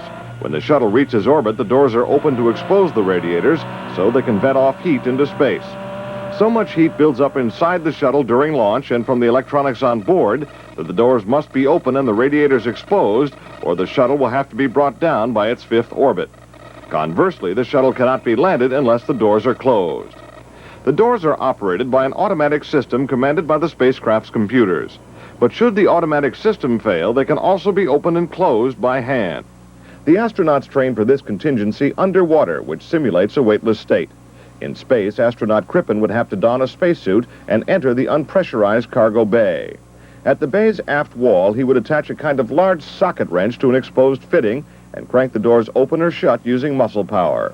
If it were necessary, he could also inspect the doors either by traversing the inside of the cargo bay or by moving along the outside surfaces of the doors, which are equipped with handholds. In principle, doors would not seem an especially sophisticated part of any spacecraft. On the space shuttle, they are. Well, that would be a very, very complicated procedure to attempt to manually close the doors or repair any of the faulty mechanisms there. It would involve, of course, putting on the spacesuit and depressurizing the cabin for several hours so that both astronauts would be in position to actually carry out the EVA, that outside activity. And they don't anticipate that happening and certainly don't want it to happen. But naturally, they have to be prepared. Now, that's going to take place, not the EVA, but the opening and closing of the doors, in about, I would say, 25 or 30 minutes. And that is when we expect to have the first television pictures, too, from the orbiter, which has now crossed the Atlantic. It has crossed Africa. It has crossed the Indian Ocean. And as you see, it is swinging beneath Australia and moving out across the Great Barrier Reef and into the blue Pacific, heading in a way back to across the United States. Well, our coverage of the flight of Columbia will continue after this message and a word from our local stations.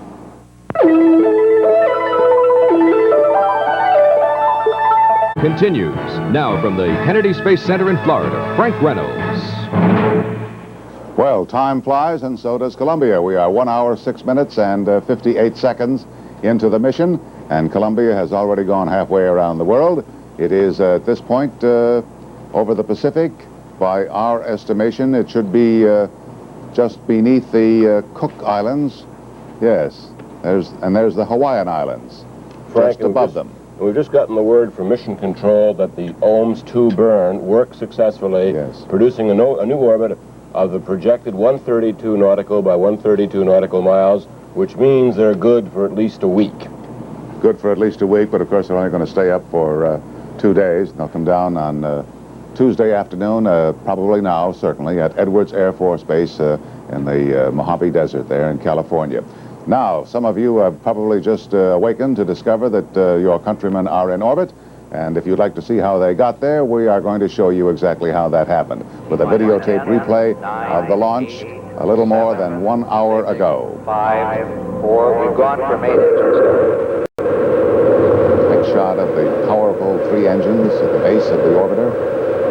And it just emerges up out of that cloud. Watch it. There for a while there, Frank, this Gene, all we saw was that smoke, and I will quite frankly admit I held my breath until I saw the nose of that vehicle just start shooting through that smoke screen.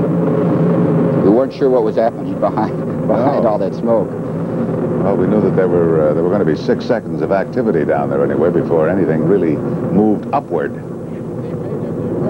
Well, it was faster than that, Frank, but we couldn't see it, and the cameras on our monitors didn't show it. So not until the shuttle got to be 400 or 500 feet up did we clearly see that it had successfully lifted off. And there is the launch pad from which it departed 1 hour, 8 minutes, 55 seconds ago. In about about 15 minutes now, we should be able to see the first television transmission from orbiter, when the astronauts will operate the mechanisms to open and close the cargo bay doors. That is, of course, a critically important function.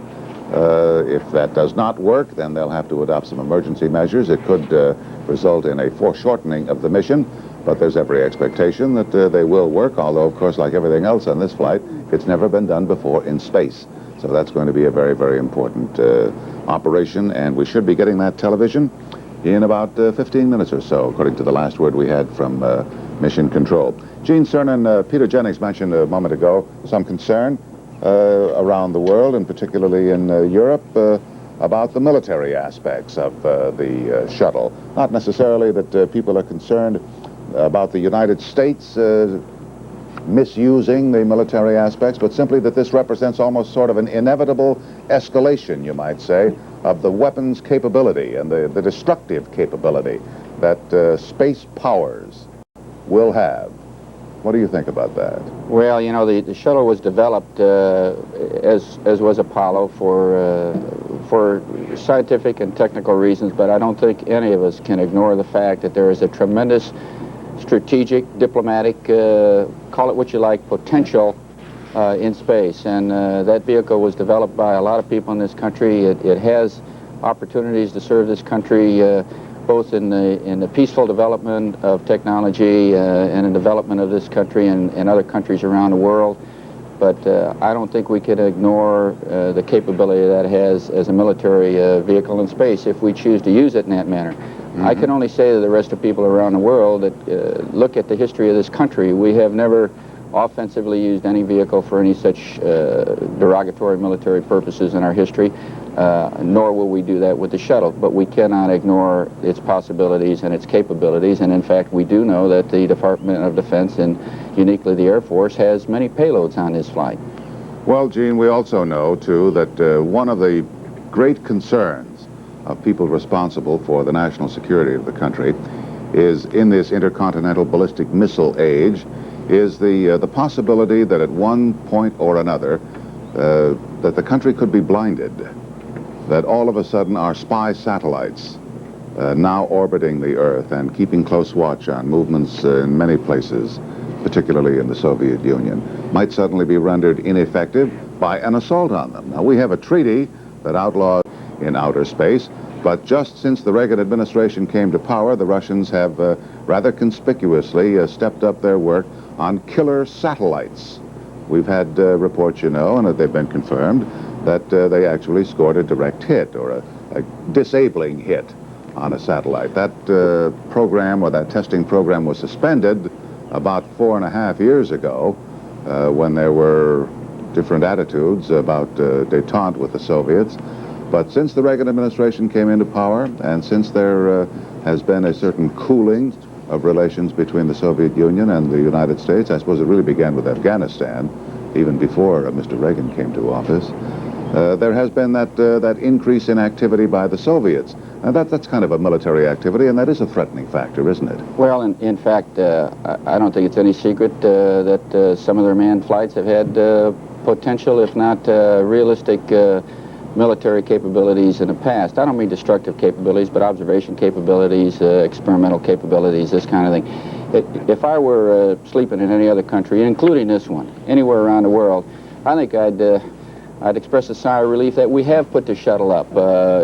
Not in a concern that it might produce conflict, but I think really, realistically, that it will more favorably keep conflict from occurring. We are there. We do now have a strategic capability. We've got a long way to go with the shuttle. It's only been in orbit for 50 or 60 minutes. But if I were in some of the other countries, any of the other countries around the world, it'd be a big sigh of relief and sort of a thank you that we're up there. Well, you know, Gene, Frank. Yes. We put the shuttle up because of the Soviet threat, in a sense, and the Defense Department has paid for more than half of the cost to date. In fact, the majority of the missions, of the first 50 shuttle missions, have military payloads. And there are laser battle stations in the planning. There are advanced reconnaissance or spy satellites that we've put up.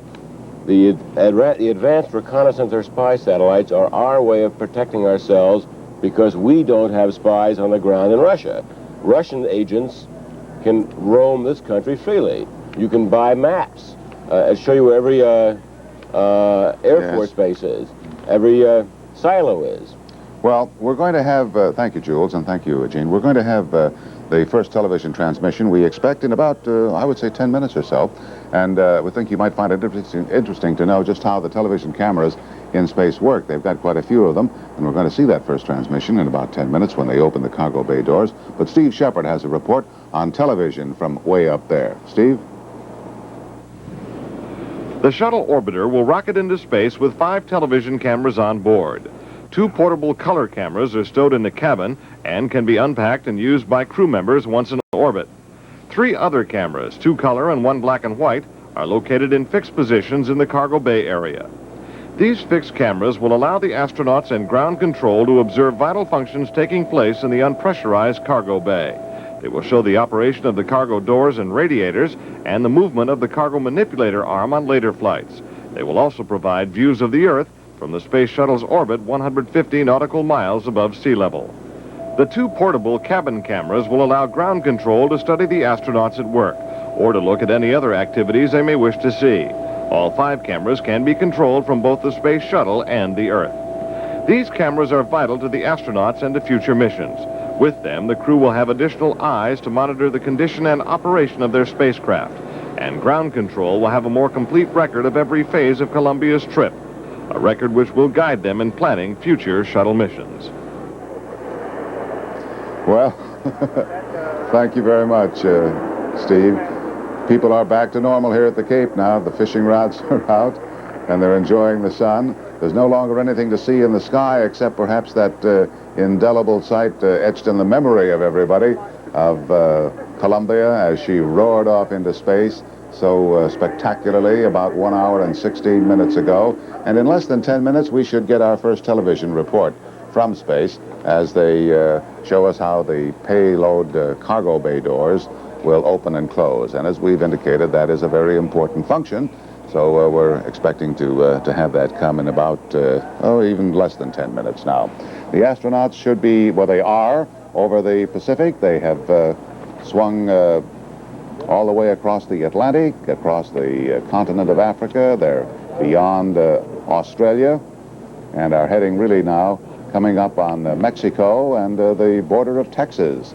I think they're a little bit beyond what the indication is here, because we're 1 hour and 17 minutes into the flight.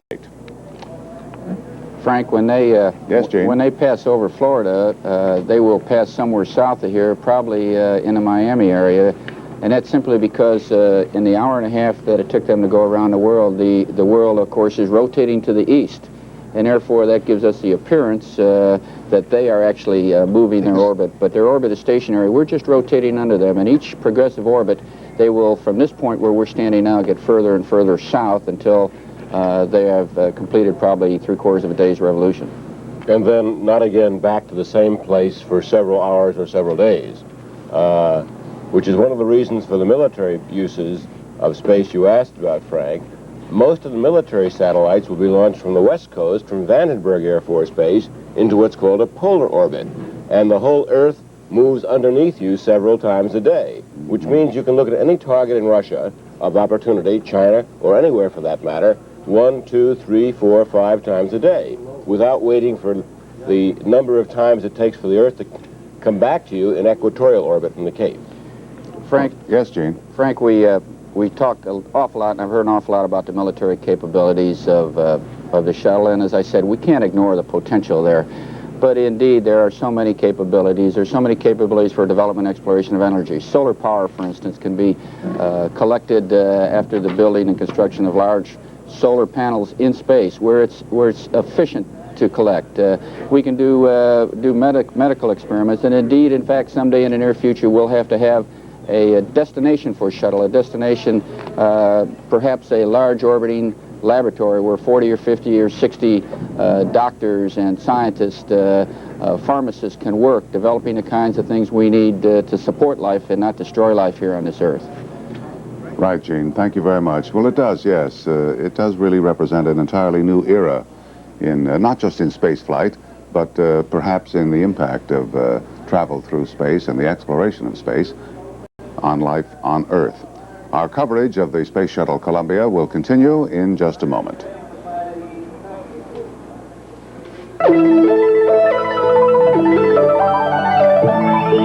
Mission Control, the Space Shuttle Columbia is now halfway over the Pacific Ocean, and in a very few minutes we'll have our first television transmission from space from the Columbia. We will be looking at the paygo, that is the cargo bay doors, one of the most crucial operations in this flight. They will be opened, and the radiator panels will be deployed. Bob Crippen, the astronaut, talks about the critical nature of the opening of those cargo bay doors.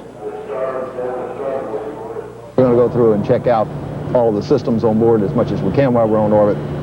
And a portion of that is the payload bay doors. Now, I would not, they're certainly important. I'm not sure I would have given them the exact emphasis that you have. We are going to be very cautious about doing it because it's very necessary that those doors be closed and locked up when we get ready to come in for an entry. Consequently, if we run into any kind of a problem while we're trying to open them, the course of action we're going to take is to lock them back up again and go ahead and deorbit the spacecraft and come back in on the 5th revolution around. We have a number of latches, all of which have got 2 electric motors driving them.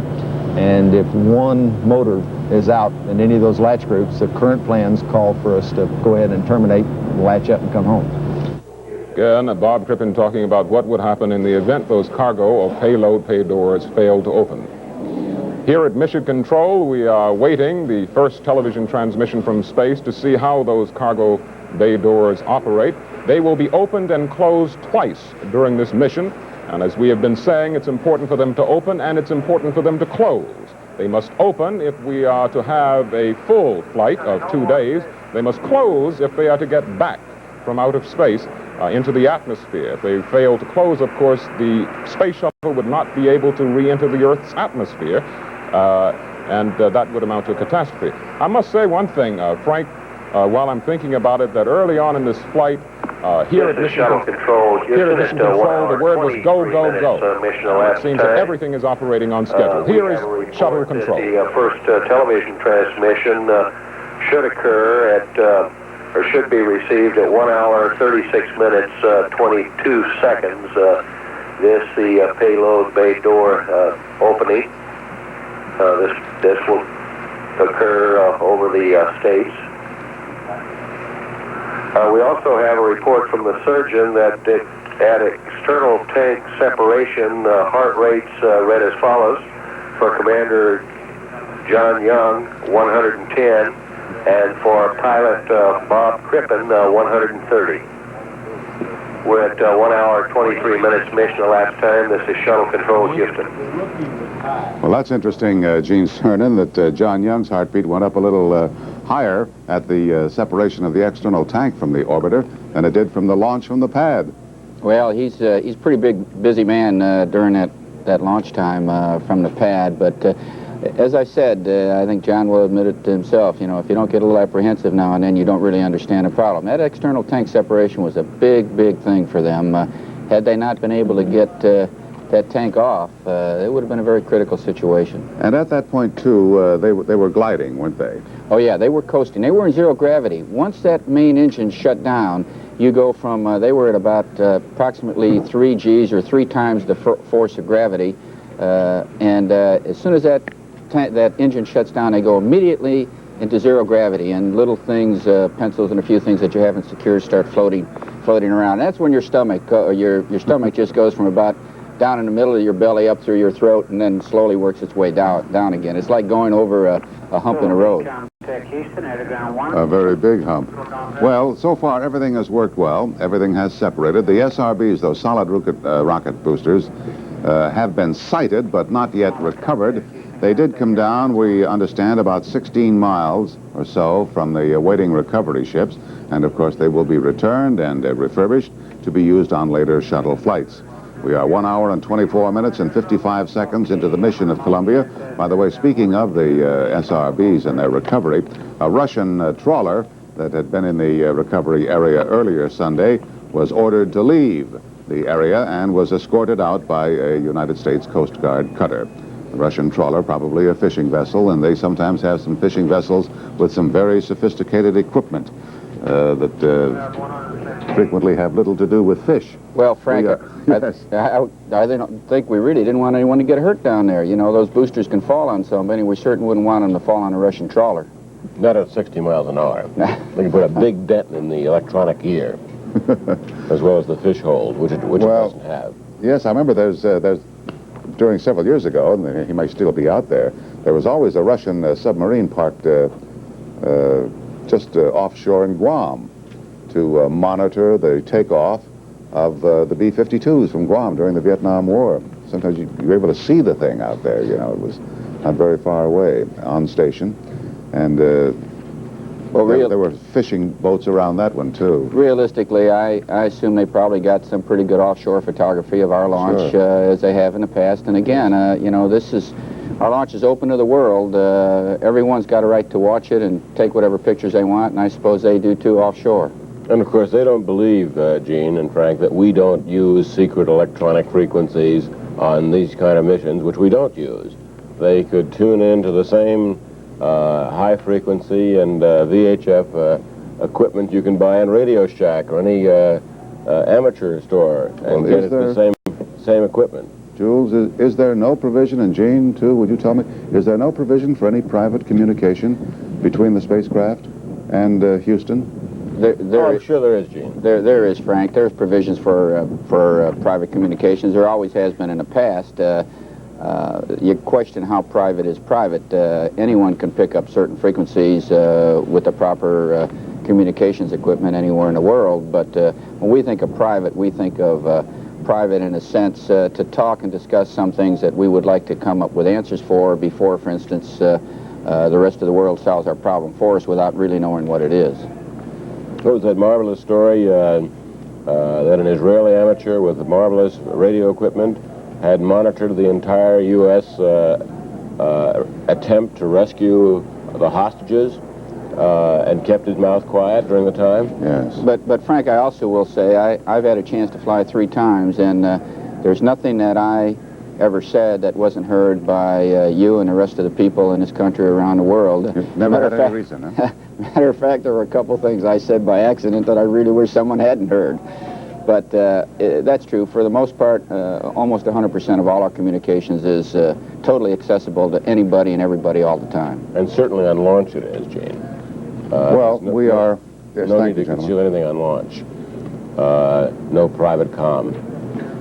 We are, according to my calculations, about 7 minutes away from the first television transmission from space, when we see the opening of the cargo bay doors, that 60-foot-long cargo bay. The doors must open and must close in space if the space shuttle is to be operational and fully functional. And the first television transmission of that operation should come at about 1 hour and 36 minutes into the flight, and we are now 1 hour and 28 minutes and 40 seconds into the flight. So we still have some time as the astronauts cross the Pacific and move up toward the southern coast of the United States. Actually, that mission, operation of opening and closing the payload doors, cargo bay doors, will take place over the continental United States. So we're going to continue with our coverage of the Space Shuttle Columbia in just a moment.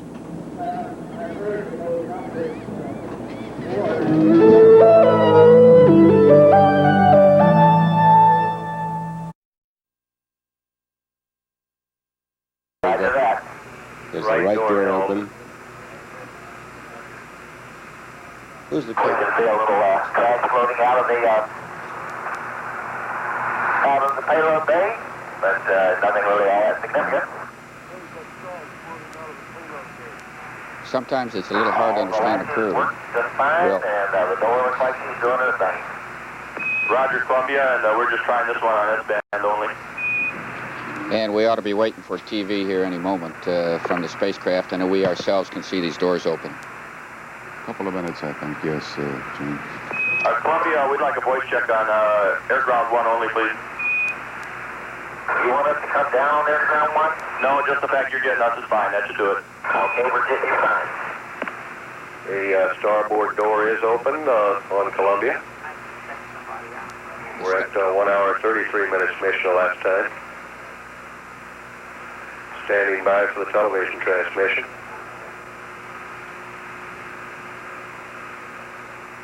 They're doing this over the United States so they get the maximum coverage. We've got the whole communications and then, of course, video coverage, television coverage from the time they hit California until the time they cross out over Bermuda, which certainly gives us an advantage in monitoring those doors. And should they have any problems with it, of course, Mission Control can anticipate the solution to those problems.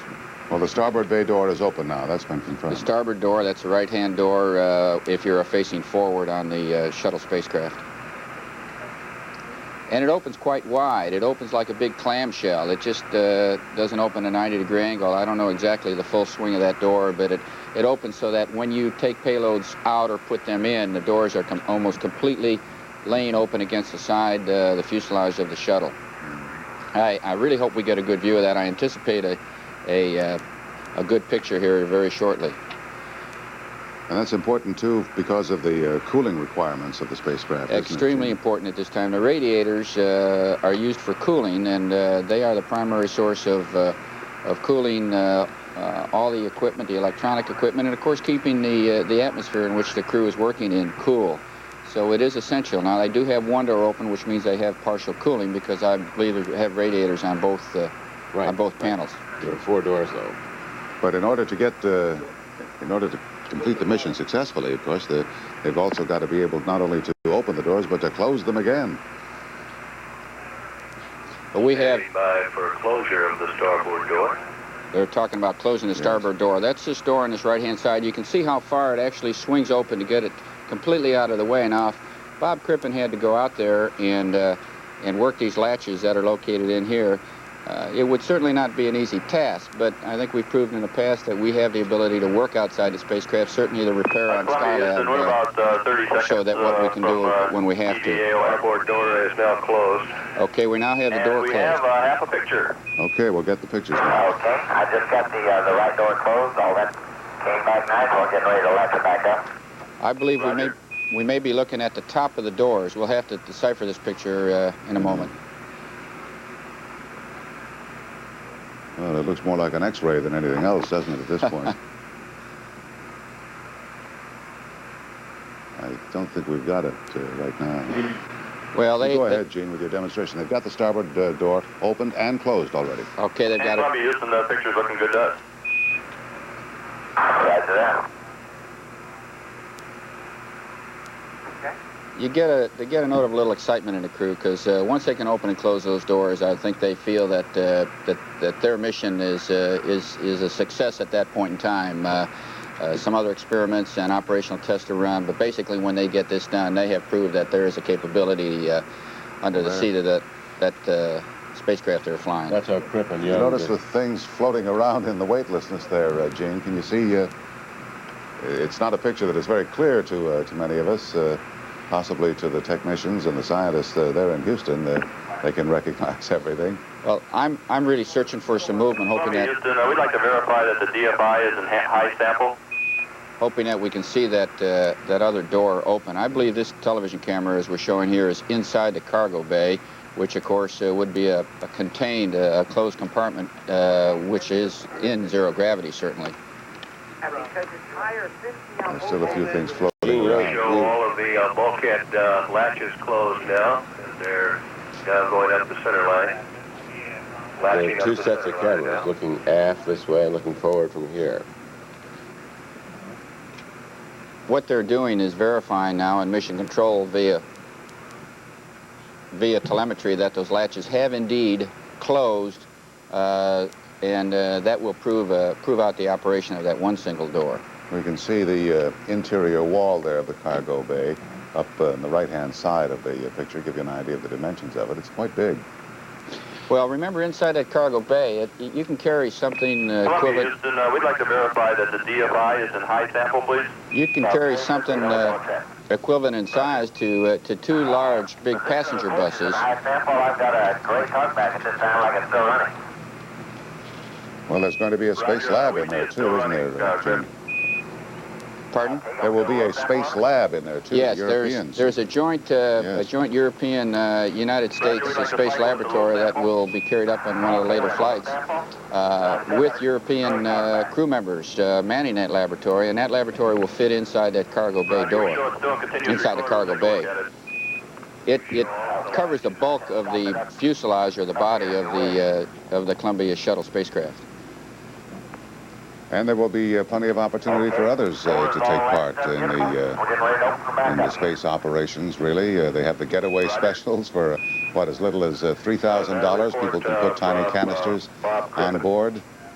see how and carry out experiments in space. We'd like to know if your TV picture. Well, there's telescope payload being developed. There's also payloads which will have their own rocket engine, which will propel them to orbits much further out than the shuttle can actually carry them itself. The telescope is really going to be a fantastic thing, isn't it? That goes up in 1985, is it? It's not too far away, Frank. And that will be, well, people say that that's just going to make the telescopes that we have on Earth appear like, you know, like these little binoculars that I tried to watch the ascent with. Put this to you that when we opened up that right door, well, first when we opened up the center lines, we noticed no movement at all in the door. When I opened up the fore and aft bulkheads, it maybe bounced up half an inch, and door opened up nice and smooth, came back. It looked like we'd come through about position alpha, and it came on down all the way to getting a close. Bob. This is Shuttle Control, Houston. 1 hour and 40 minutes mission elapsed time. We show Bob Crippen again unlatching the doors, going down the center line now. Roger, Crip, we copied the first part of that, and then we went into a handover, but we copied that everything was right down the pike on the closing. That's perfect. Bob Crippen was describing the manner in which the door opened, and as I observed, everything was extremely nominal. This camera, I believe, is pointed right at the center line of the cargo bay on the interior side, and if that is a case, we ought to see first movement at that point when he opens that other door. Shuttle Control, Houston, all of the center line latches are released now.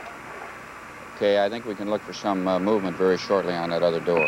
In Columbia, Houston, we'd like the DFI to stop until we figure out what the problem is. I'm sorry, Dan, say that one again. Roger, on that DFI recorder, we'd like it to stop until we figure out what the problem is. Okay, we're in stop. Thank you. What is this now, Gene? He mentioned a problem? Yes, remember when these cargo bay doors open and we can see out into space, we'll actually be looking back down into Earth because the spacecraft, remember, is upside down in orbit. The camera, when this door opens, we might very well see a picture of ourselves as it goes over this part of Florida. That would be, in itself, a spectacular view. Two cameras, Gene. One facing aft and one facing forward. We should get a spectacular view of the Earth. These are generally slow and methodical processes because of the seriousness of the nature of examining the opening and closing of the latches, something so critical to the shuttle operation itself, and that is why it is taking so long. That is why we plan something like this to occur over the long period of communications passes over the United States. Yes, and they are over this country now. In Columbia, Houston, one more confirmation on that. We'd like to confirm that the DFI PCM is the one that you turned off. Stand by one. The PCM recorder is in stop. That's affirmed on the DFI. DFI PCM recorder in stop. STOP. Roger, thank you, Crip. These doors are obviously very heavy, but here again, in zero gravity, remember, these doors have no weight constraints working against them as they would if they were sitting here on Earth. They're sort of free-swinging doors. It takes a lot less energy or power to move those doors to swing them open and close. Control, Houston, at 1 hour 43 minutes mission elapsed time. We've lost our television transmission as we've passed out of Mila station range. We're under acquisition now through Bermuda. However, we will pick up television again on the Madrid pass in a little less than 10 minutes. So they've gone across the United States 1 hour, now. 43 minutes mission elapsed time. This is Shuttle Control, Houston. Well, Gene, we're not going to be able to have a look at least the United States on this particular pass, are we? No, I don't think we're going to. The main thing was to monitor, and I'm sure the ground recorded the television that they were able to receive of these doors opening and closing. Well, did we get confirmation that the other door opened and closed? No, I heard them say that they got the center line latches unlatched again after they confirmed they were closed. LOS on the TV, and for that recorder, we'd like you to pull a circuit breaker to see if we can get that thing stopped. And that's on panel R11. It's the forward container, recorder main C, circuit breaker on row G. Okay, it's full. Thank you. Frank, I must correct an error. I guess a veteran in spaceflight has a right to make a mistake, too. These gentlemen launched in a direction or an angle to the north of east. As a result, as the world rotates, of course, they will pass and have passed to the north of us. I keep thinking parochially, perhaps, on Apollo 17, we launched to the south, and as a result, we passed south of here on our second pass. So if you'll forgive me for that mistake. Yes, Gene, we'll forgive you that mistake. All right, thank you. Well, actually, they went over Texas, didn't they? Over Texas and on up towards Washington, I believe, in the eastern seaboard there. That's right. And so forth. And they will continue to move further north over the United States to their maximum northern angle, I believe, of about 40 to 44 degrees latitude. And they will cover the 44 degrees north and 44 degrees south, which gives them a major segment of the populace of the entire world. Well, go ahead, Gene. Oh, I was just going to say, I keep thinking about their flight and looking at this vehicle and holding it. It sure does sort of make you homesick. Well, I tell you, what I'm really looking forward to now, I mean, since they've got one set of doors open, you like to believe that they're probably going to be able to get the others opened and closed. Well, the landing is really going to be something to see and to well, the major step, obviously, once it looks like the vehicle is performing on orbit. The fuel cells seem to be performing well. We've used fuel cells before. If we get these doors... Shuttle Control, Houston, at 1 hour, 46 minutes mission elapsed time, less than a minute away now from loss of signal through Bermuda. And Columbia, Houston, we're about 30 seconds from LOS, so we'll see you at Madrid in an hour and 53 minutes. The recorder... Fourth door's coming open now. The recorder being discussed on this pass is a real-time development flight instrumentation that would be used You see where the astronauts are now, swinging out over the Atlantic once again, the second time around.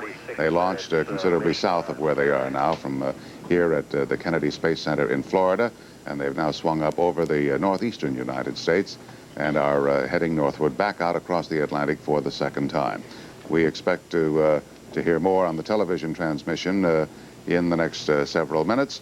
We did note that there are contingency plans if they have difficulty opening and closing the doors, but those plans are a bit cumbersome, and they would obviously prefer not to have to put them into effect. But Bob Crippen talked about them before the mission and explained just what is involved if things go wrong with the opening and closing of the doors. Here's what he said. We have to have the cooling effect of the radiators, which are on the inside of the doors, if we plan to stay up overnight.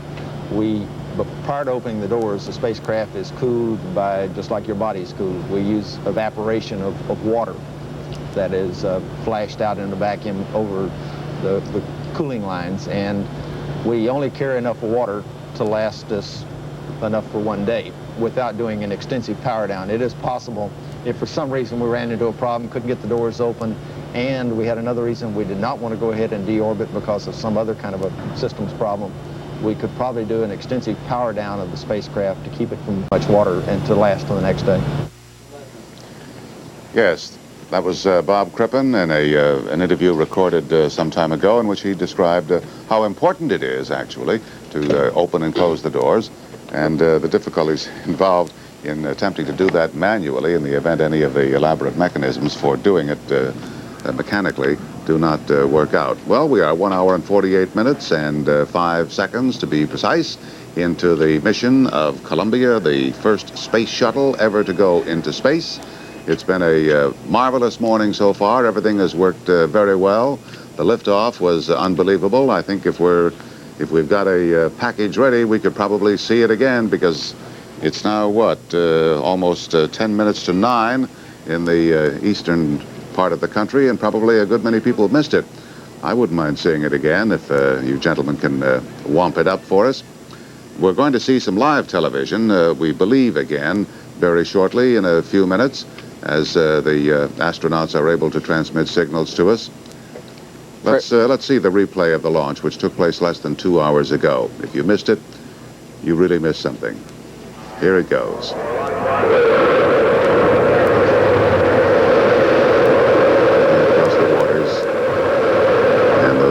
Notice engines light up, and there she goes. Frank, there again we see where it didn't stay on the pad very long. As soon as those solid engines lit off, it, as we described before, it just sort of leaped into space. Solids with the extra kick, Gene, to get it off the pad in a hurry. The extra thrust. It's got greater thrust over weight than the Apollo spacecraft had, which gives it that extra kick. Frank, Crip, when I did the interview, by the way, which you showed a minute ago, I asked what were how would he define a successful flight? And he said, getting up safely, open the doors and get it down safely, even if it only lasted half a day.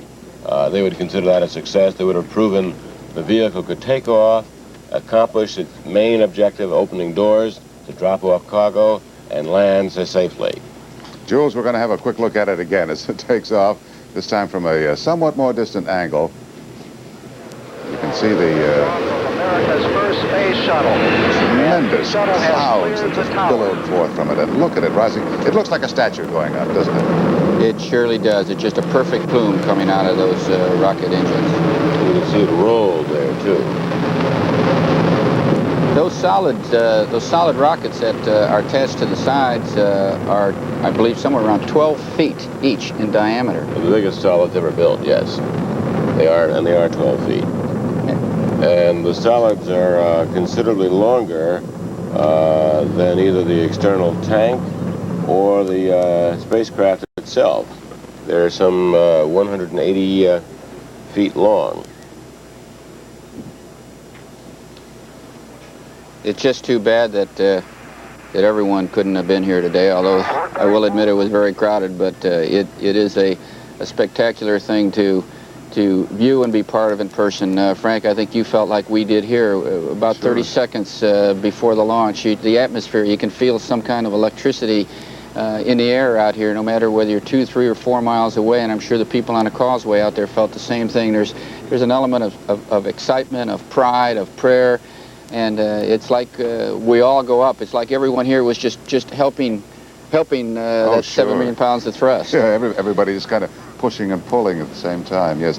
Gene, we did not get the television transmission that we expected there in that first pass, and I still don't have any confirmation. Do you that the other door? Yes, I did, Frank. Just as they lost communications contact, we didn't see it on television, but I heard John say specifically the other door, or the port door, I'm not sure how he described it, is coming open. So I believe just as we lost him, it was opening. I assume we'll get that confirmation over Bermuda. Yes, because we can get television there, can't we? No, we cannot. Yeah, Madrid is the next place where we'll get okay, this other door, remember again, they're I'll tilt it up a little bit, but they're actually in orbit like this, moving in this direction, upside down. Their windows in their cockpit are here, which gives them a chance to see the Earth and a chance to see the horizons. If they were like this, as well as for cooling characteristics, they would see nothing but the nose of the spacecraft. And the picture looks great. Here's the live television now. We do have a couple of flight notes we'd like to pass, and also let you know that you're going for item 48. Okay, thank you. We appreciate that. Doors are all opened up and hunky-dory. I believe we're looking at that one door that is actually leaning open. That port door must be open at this point. Shuttle Control, Houston. We show both payload bay doors open. It has to be. Okay, what camera y'all looking at right now? Do you know? Roger, we're looking out the forward camera. Okay, we want to show you our home spots here. We do have a few tiles missing off of both of them, off of the starboard pod. It's got basically... It looks very well that they may now have maneuvered into an attitude nose up, so that they're actually looking in the background. Could very well be the blackness of space. Looks like a few little triangular shapes that are missing, and we're trying to put that on TV right now. Roger, Grip, we can see that good. We're looking aft. I believe those humps you see are the humps of the OMS maneuvering engines, and we saw the tail, or the vertical stabilizer, the rudder, if you will, just a moment ago. We're looking aft, I believe, at this point. That's the camera. And Columbia, Houston. Yes, Gene, what about the tiles? Those are tiles indeed. And we're looking, the camera is the camera showing us this picture is in the rear of the fuselage. And it is showing us the exterior of the fuselage in the blackness of space. And they must. And are there missing tiles? They must have turned the vehicle right side up, Frank.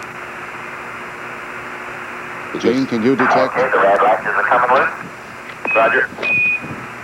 There now we see I believe there's the vertical fin. There's the tail. So we're looking aft, and that's was correct. We were looking at the Ohms engines, the aft section, or the bubbles that you saw on the back part of the fuselage. Gene, did you detect or notice any missing tile? No. I thought I heard a reference to that. Okay, and they're willing. No, Frank, I didn't, but for the most part, these are the less critical areas of tile placements. The more critical heat-absorbing areas are on the bottom side of the wing and the forward nose of the fuselage. Because that's where it bears the full brunt of the re-entry. See, we are indeed, the little circle, you're seeing the horizon of the Earth on top. We are indeed upside down. You're looking at the horizon of the Earth on the top of the picture, and the tail, beyond the tail, is the blackness of space. So they indeed are upside down, and you were looking at a curvature of the Earth. Well, I saw a cloud there a minute ago. So their attitude is inverted as it was planned. They didn't change that. And if we come back to that sequence again, I think we better be able to point it out. Report from John Young showing a few of the missing tiles. Also, he reported And Columbia, we're 30 seconds from LOS. We'll see you at the Indy at 2+12. Roger, we'll see you there. And the radiators look good. There's a perfect view of one of the doors open. Right there. Deployed, right on time. And that is looking forward. I'm sure that's looking forward from one of the aft cameras. Young also reported that the tiles on the wings appeared to be intact. I hold here in my hand a sample of the tile, and somebody, I think it was Young, expressed concern about a missing tile. Now it was a tile looking back, missing from a tile from the aft fuselage area, which, as Gene said, is less critical than the super critical areas for re-entry are the tiles on the leading edges of the wing and the underside and the forward part of the nose. Well, Gene, can they confirm that those tiles in the critical areas there on the spacecraft are still intact? Well, they certainly can't see them visually, and there's only a certain amount of telemetry, I believe, that looks at the tile system. So, indeed, they cannot really determine whether any one of those more than 30,000 pieces of tile are gone, except what they can see visually. Well, if there had been, you know, as people said, what do they call it, the zipper effect? If one went off and then the others followed. Well, you saw do you mean to say that they would not be able to know that, so that we might actually come up to the point of re-entry, not sure whether we have the tiles still? No, Frank, that would occur at the point of maximum aerodynamic pressure, which is well within the scope of some of our tracking cameras. And if you saw that kind of ripple effect with some of our high-powered cameras, I feel certain we would have known that and would have seen that long before they ever got into orbit. And none of that was reported, none of that was seen. Well, is that missing tile? There's the area where several tiles are missing, Gene and Frank. Looks like they may very well be right on this top of the section. Ohms cowling, engine cowling, if you will. And that could well have reverberated off. Well, you must understand, when this vehicle re-enters the Earth, it enters this way, and a fireball that it encounters as a friction of the Earth slows it, or friction of the atmosphere slows it down, hits it in this section of the fuselage and under the wing. And of course, that fireball will wrap around the nose, wrap around the wings. Now, the bottom section and the leading edge of the wings and the leading edge of the nose are the most heat-critical portions of this entire vehicle during re-entry. The tiles in the back section, I can't tell you exactly, but perhaps have to accept less than 1,000 degrees, 1,000 to 1,500 degrees temperature change. Well, if they did come off, and as obviously there are a few missing tiles, that was caused probably during the early moments of launch, wasn't it? When they had the maximum vibration there. John reported on the main engine burn that it was a relatively smooth ride, and there was no pogo. They didn't say anything about the roughness of the ride on the solid rocket boosters, nor did they say anything about going through the area of maximum pressure where where the thickness of the earth and the speed of the vehicle combine to make it the most rugged and difficult part to transfer through. Well, I suppose in time we'll find out why the tiles came off at that one particular point. That really wasn't the point subjected to the most pressure, but perhaps the vibration. Vibrations backed by the engines, and I think probably rather than aerodynamic pressure tearing those off, it could very well have been a vibration of the aft section of the spacecraft. Yeah. All right, Gene, we mentioned before the zipper effect, where some people have advanced the theory or speculated about it, that if one came off, they might all come off. It seems unlikely because they are not attached one to another. They're all put on separately. Oh, Frank. But John Young, yes, I'm sorry. Go ahead, Jules. You disprove the zipper effect by the pattern of the 2 tiles or 3 tiles missing back here, which we saw. Had there been a zipper effect, there would have been a whole row of tiles missing. Well, I think maybe we can pick up a remark made by John Young, who is certainly vitally interested in all this right at this moment. We talked with him before the launch, and he talked about the possibility of some of the tiles coming loose and the so-called zipper effect. Let's play that tape for you now. Well, if you don't have any tiles on the bottom, the vehicle's going to burn up. If you have a lot of tiles on the bottom, the vehicle won't burn up. Where the tiles are and what the effect of them is really a sort of an unknown thing. You can lose a tile in a certain area, a single tile, and I don't think it'll do anything to you. My personal opinion is, I've heard people say there's going to be a zipper effect. Well, there really isn't a zipper effect. Each one of those tiles is put on individually, and they're designed 4 to 5 times the strength that they need for the dynamic pressure they're going to see. Well, that's John Young stating in a very succinct manner what could happen. He says if you don't have any tiles on the bottom, the vehicle is going to burn up. And if you have a lot of tiles on the bottom, the vehicle won't burn up. Mission Control has now confirmed that the missing tiles pose no threat to the crew. We saw only just a couple of them, so we'll go for a report on that now to Max Robinson, who is in Mission Control. And Pretty much what you're saying. We have just gotten a report that those tiles are not critical. They would not interfere with this mission at all. We are also told that after landing, the only thing that would probably have to be done would be to replace the patch of skin under the tiles. And that presumably would be a very minor job. Again, the tiles that came off are not critical. We don't have any idea about the underside, the very critical area of the shuttle, which is very critical on re-entry when that plane enters the Earth's atmosphere. We don't know what the condition of the tiles happen to be at this point, but there's no indication that any of those tiles are off at this point. Frank? Well, the tiles, of course, are very important because the shuttle is supposed to be reusable. And that's why they've put on this permanent covering to enable it to come back down through the Earth's atmosphere and subject itself to that tremendous heat and survive. And then bring it back here to Kennedy and get it ready and launch it again. Before, of course, all space missions concluded with the spacecraft coming back through the Earth's atmosphere with an ablative material that just disintegrated and burned up in the Earth's atmosphere. But that was in the days when we were not attempting to make more than one use of the individual missions. 2 minutes, 2 hours. Go ahead, Gene. No, it's Jules, Frank. All right, I can Jules. guarantee you that Rockwell engineers and NASA engineers have already begun work in heat tunnels trying to simulate the forces of dynamic Q, maximum pressure that is, at liftoff, to see whether any of the tiles did come off, could come off, might have come off, the forward nose area, or the leading edge of the wings, the critical areas for reentry. Because, as Gene said, and as you now know, there's no way to see or to remotely tell whether any tiles have come off these areas. You can't look back from the cockpit to see the leading edge of the wing, nor can you see or tell what's going on underneath here. And even if there were a camera, on a portable camera, with a remote tether, which there's not, by the way, Crippen would have to go out and do an EVA to minutely, dissectly, surgically analyze how many of the 32,000 tiles were missing. It's a massive job. The tiles, Frank, are indeed for 2 purposes, to protect against the heat of reentry.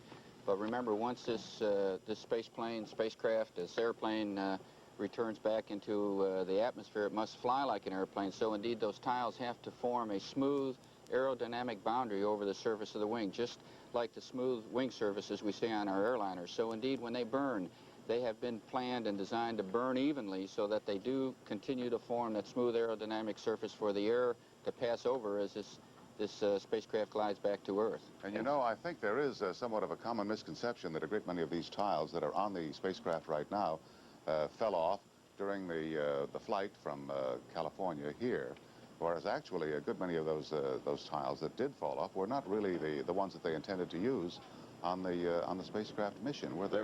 They were cosmetic tiles, Yeah, Frank. they were there just to provide Taking some the place aerodynamics. taking the place of the full tiles that weren't ready. And the thing that we should point out is the full tiles are each individually computer contoured and shaped and manufactured and very large. For example, if this leading edge of the wing here is 2 or 3 feet thick, I think you'll agree it has to be that thick, Gene? Mm-hmm.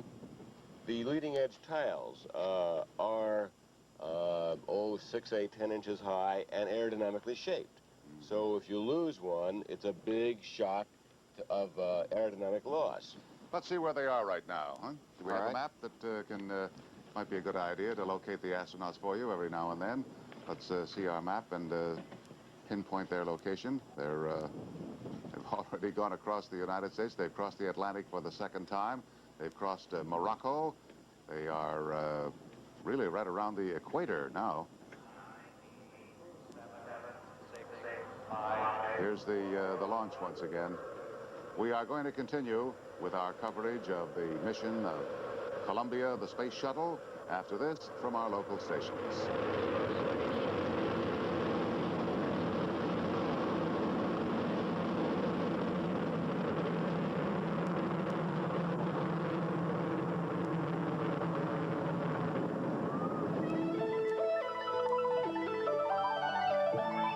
Right on these ohms bubbles.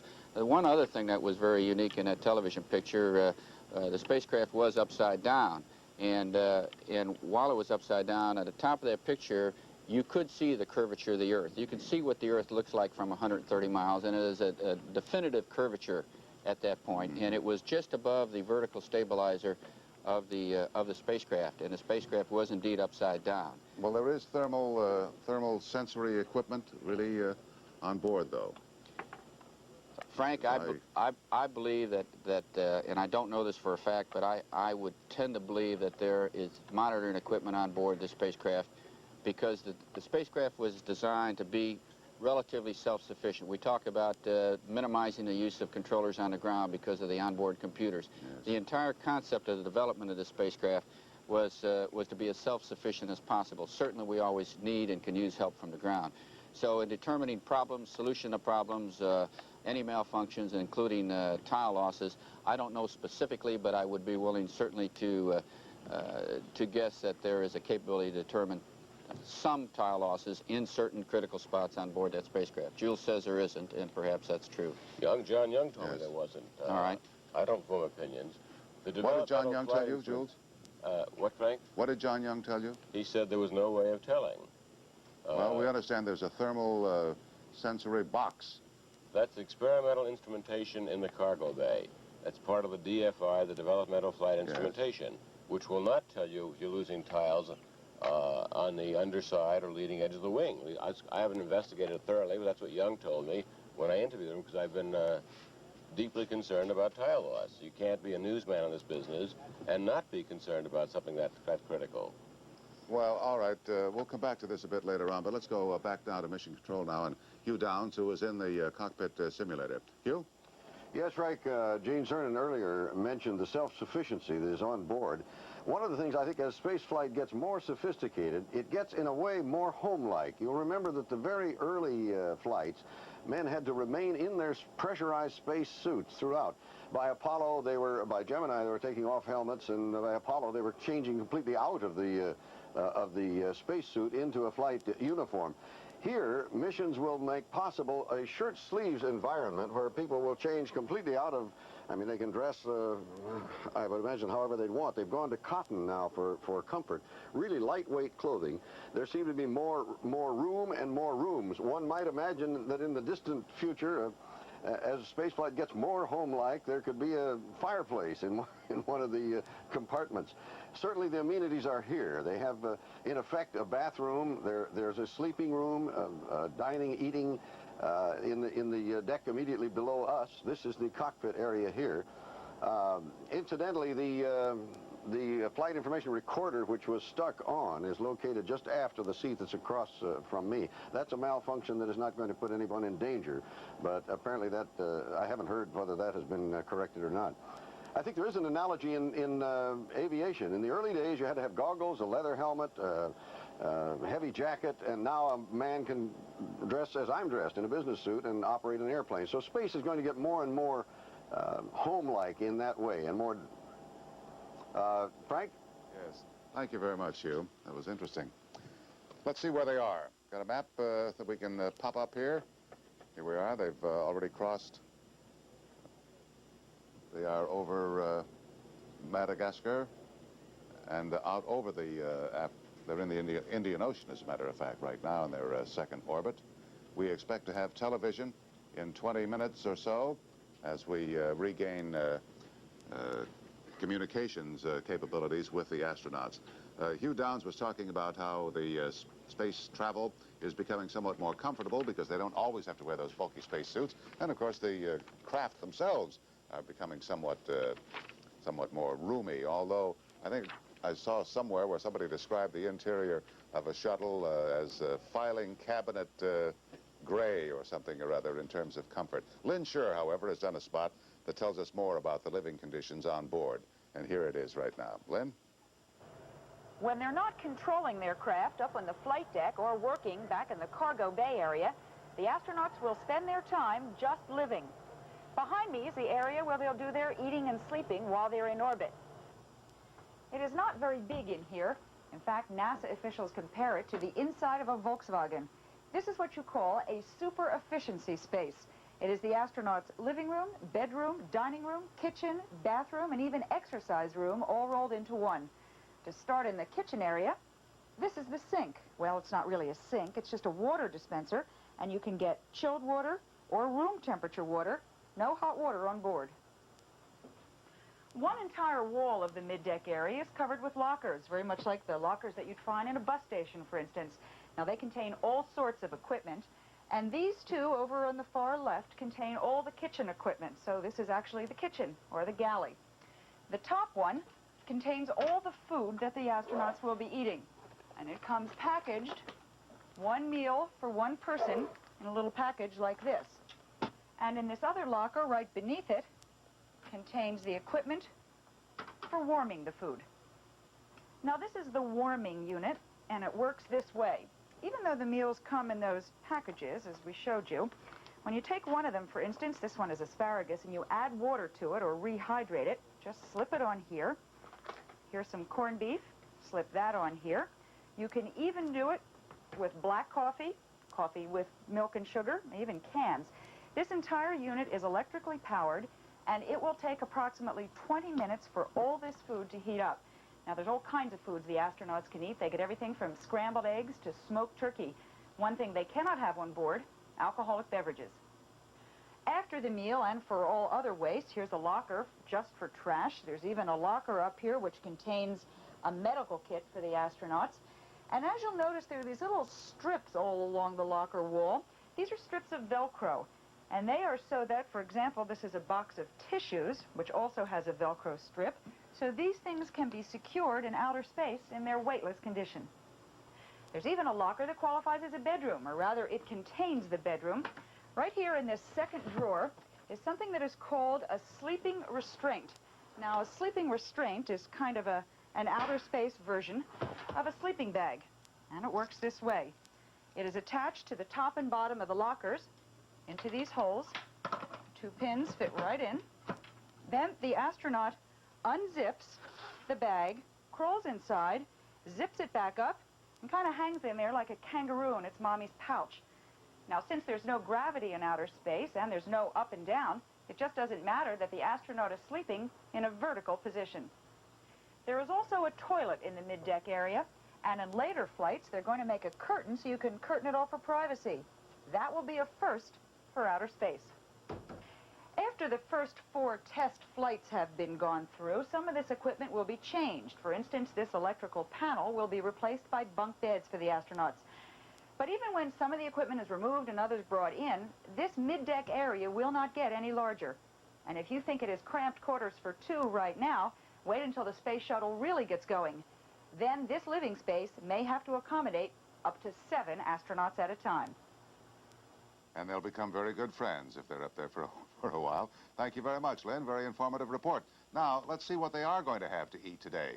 We have the menu, which I understand is going to be flashed on the screen here, or at least is going to be given to me in my ear so that I can tell you what the astronauts are having. There you are, frankfurters, turkey tetrazzini, bananas, almond crunch bar, and an apple drink. Well, they're probably hungry. It's been quite a while since they had the steak and eggs. We're going to go off the air now, but we would like to remind you that we're going to have a special report at 11:30 Eastern Time on the progress of the flight of Columbia. And we'll also have a special issues and answers broadcast today at 12 noon Eastern Time that will be devoted to the subject of the space shuttle. And there will be pro and con arguments made on that program. So we think you'll find that very interesting. Also, we're going to have a report later on this afternoon for another television transmission at about 4:20. So we'll keep you informed on the flight of Columbia. For Max Robinson, for Gene Cernan, Jules Bergman, Lynn Scher, Becky Chase, and all the others who have contributed to our coverage this morning, my thanks, and we'll see you later at 11:30, about 2 hours from now, with another special report on Columbia on her way to a successful space mission.